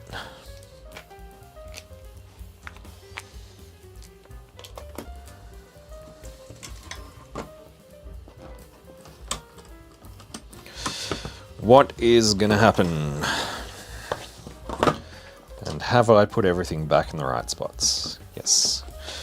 Still gonna need the dead test.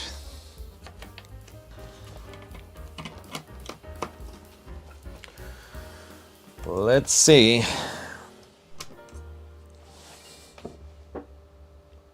We still get flashes. 2 flashes. Let's try that again. Okay, yep, definitely 2 flashes. Does anyone know which IC is for two flashes? Didn't we have 2 flashes before? Shit, I don't remember.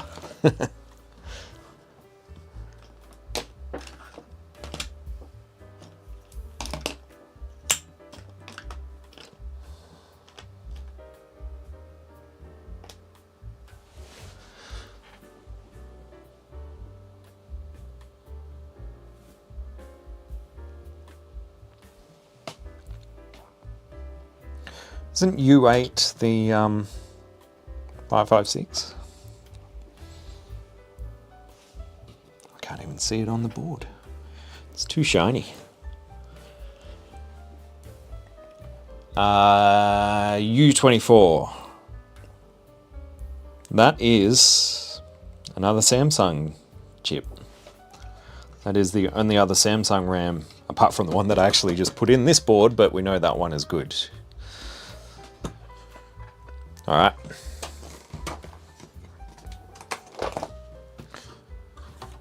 Let's get it out.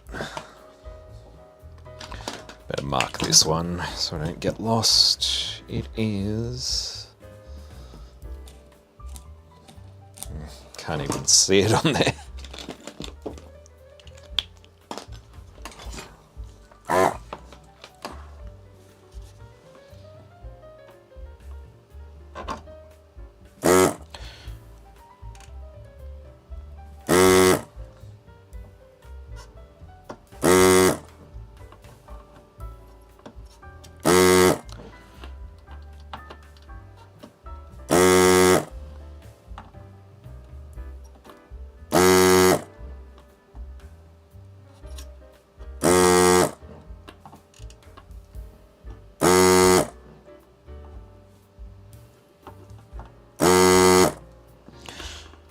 This one also has the shortest possible legs.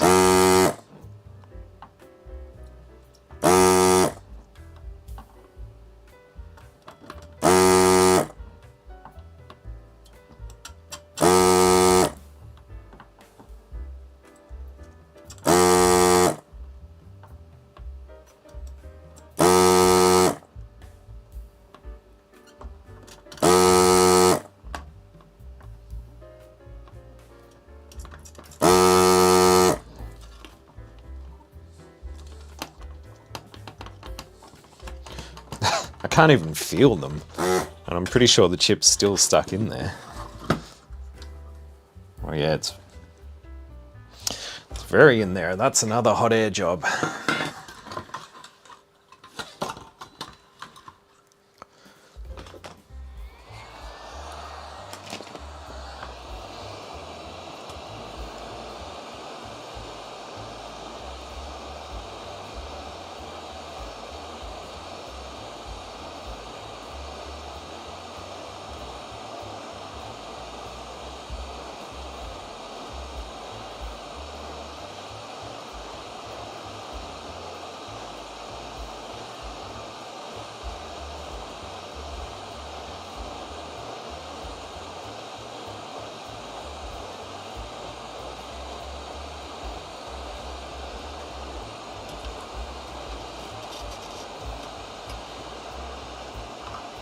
Let go.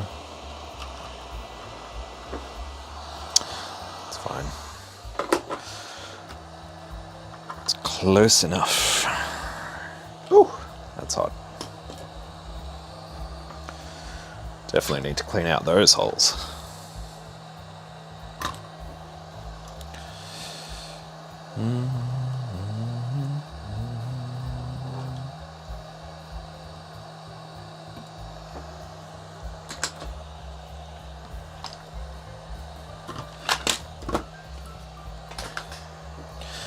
Alrighty. It's still fucking hot. Give that a second, shall we?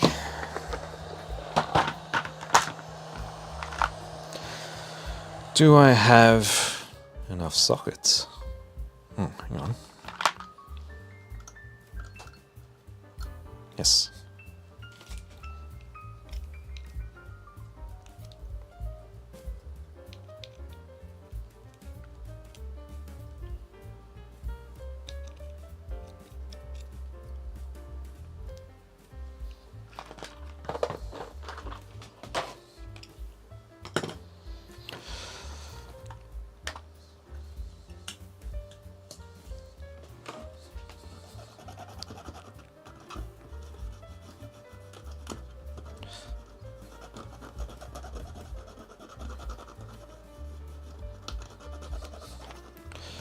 I'm actually being quite restrained with the cussing.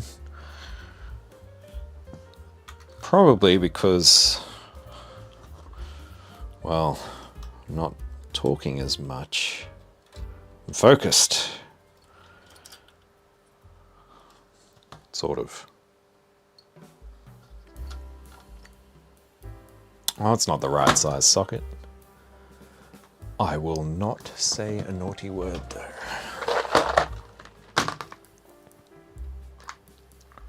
Ooh. Have I run out of sockets? Well, that'd stuff me.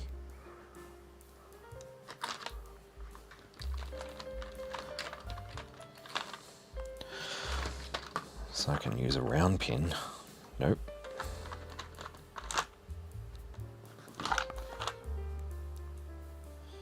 $18, $18, $14. I need a $16.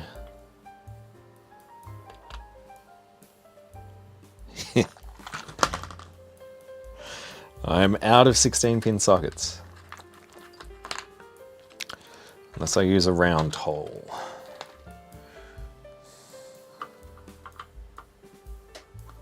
Not that one. Why do I keep picking that one? How is that the same? Oh, okay. Maybe I don't even have round hole. I do.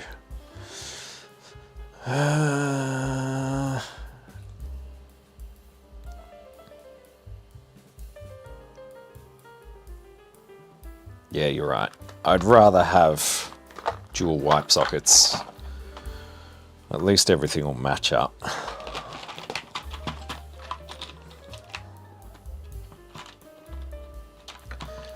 What combination can we use?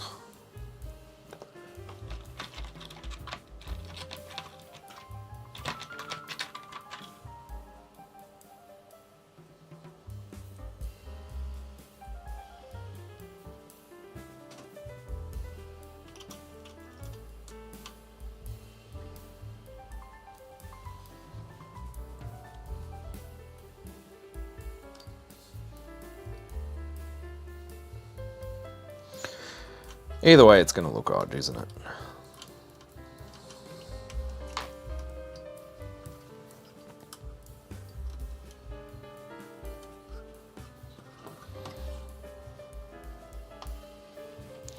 There you go, 2 8-pins.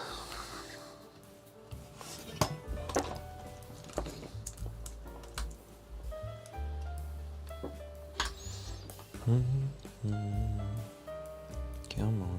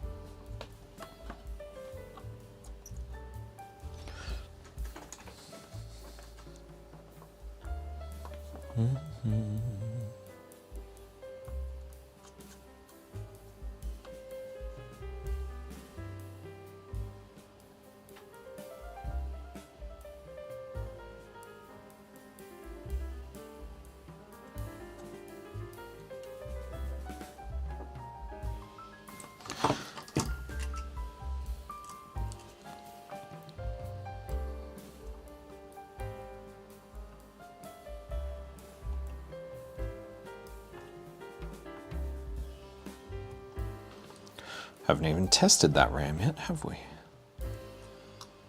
Should do that.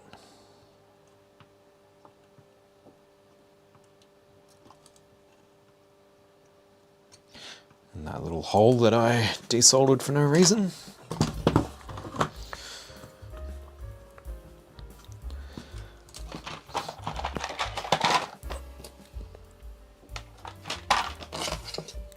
All right, let's find out. Was the other Samsung RAM also bad?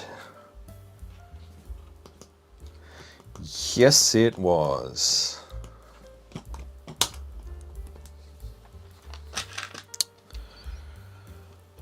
Let's get a good RAM chip, make sure that it's still working.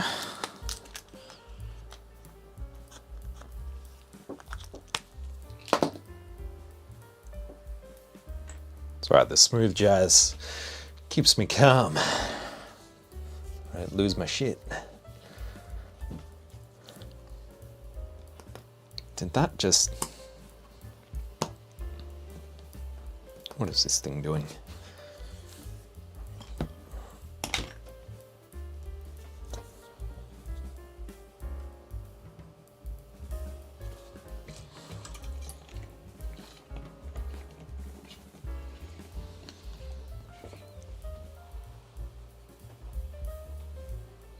Right.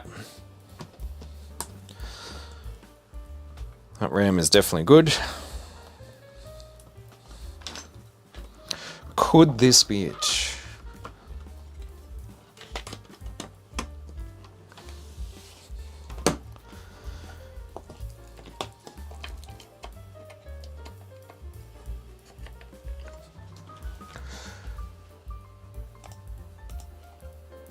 Here we go.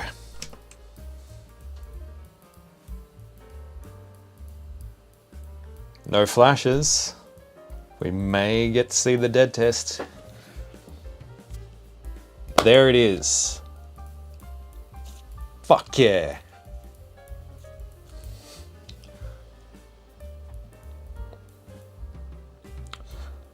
Wow. So, what did we have? 2 bad RAM chips, bad VIC-2, bad PLA, and a bunch of me chasing red herrings. Obviously the timers are all out because the CIA's are not installed. I think we should get everything else in. There's not much point watching the rest of the dead test right now. Let's get the rest of the chips in. See if this thing boots properly.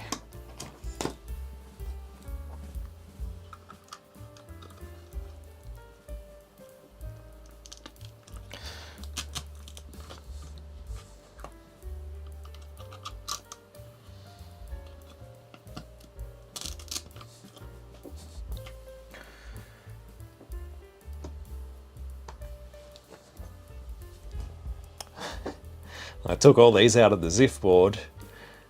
I haven't written what they were on, what they are underneath.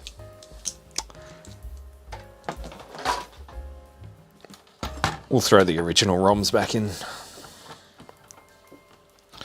I can figure out the other stuff later.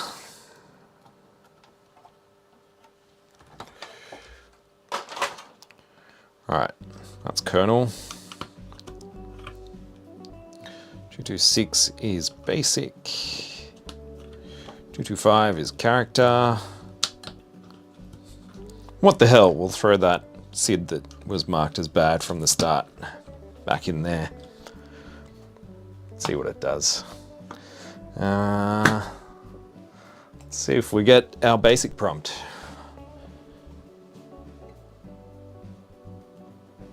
we do. Right amount of RAM, that is awesome. Somehow doubt the SID's going to work, but we shall see. Harness.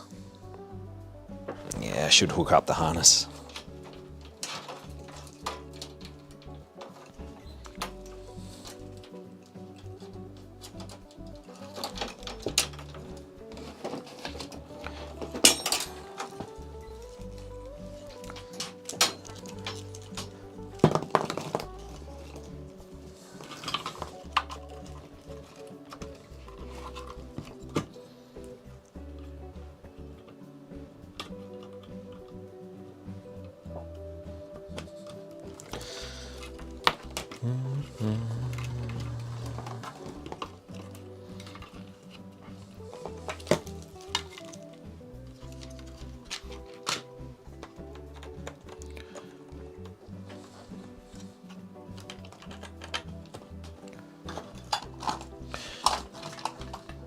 Where is my serial loop back? Can never find that thing. Yes.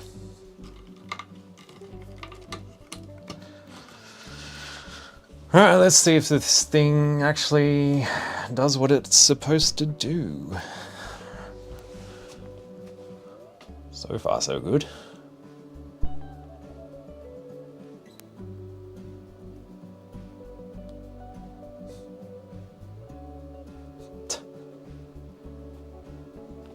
Ducking works. It's more PG, isn't it?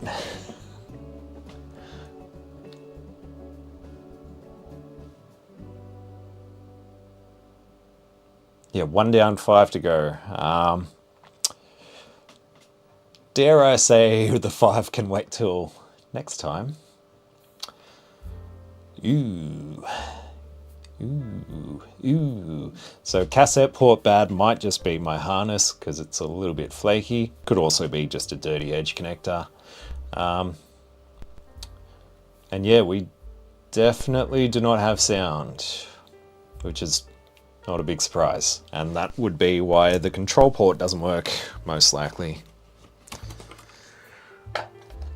Let's clean up that edge connector and throw in a replacement SID.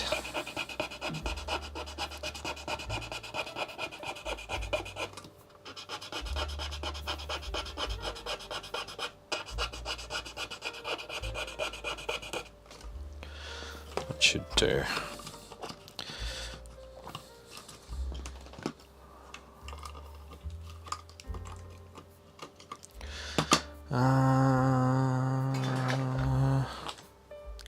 Well, this will definitely work.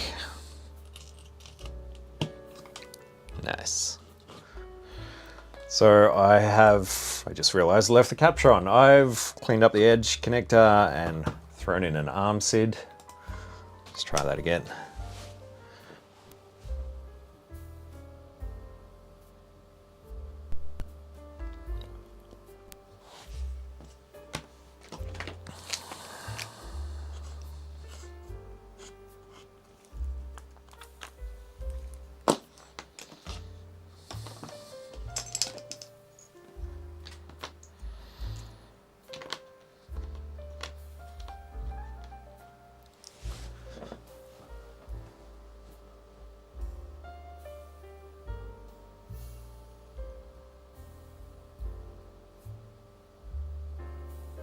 It's looking good.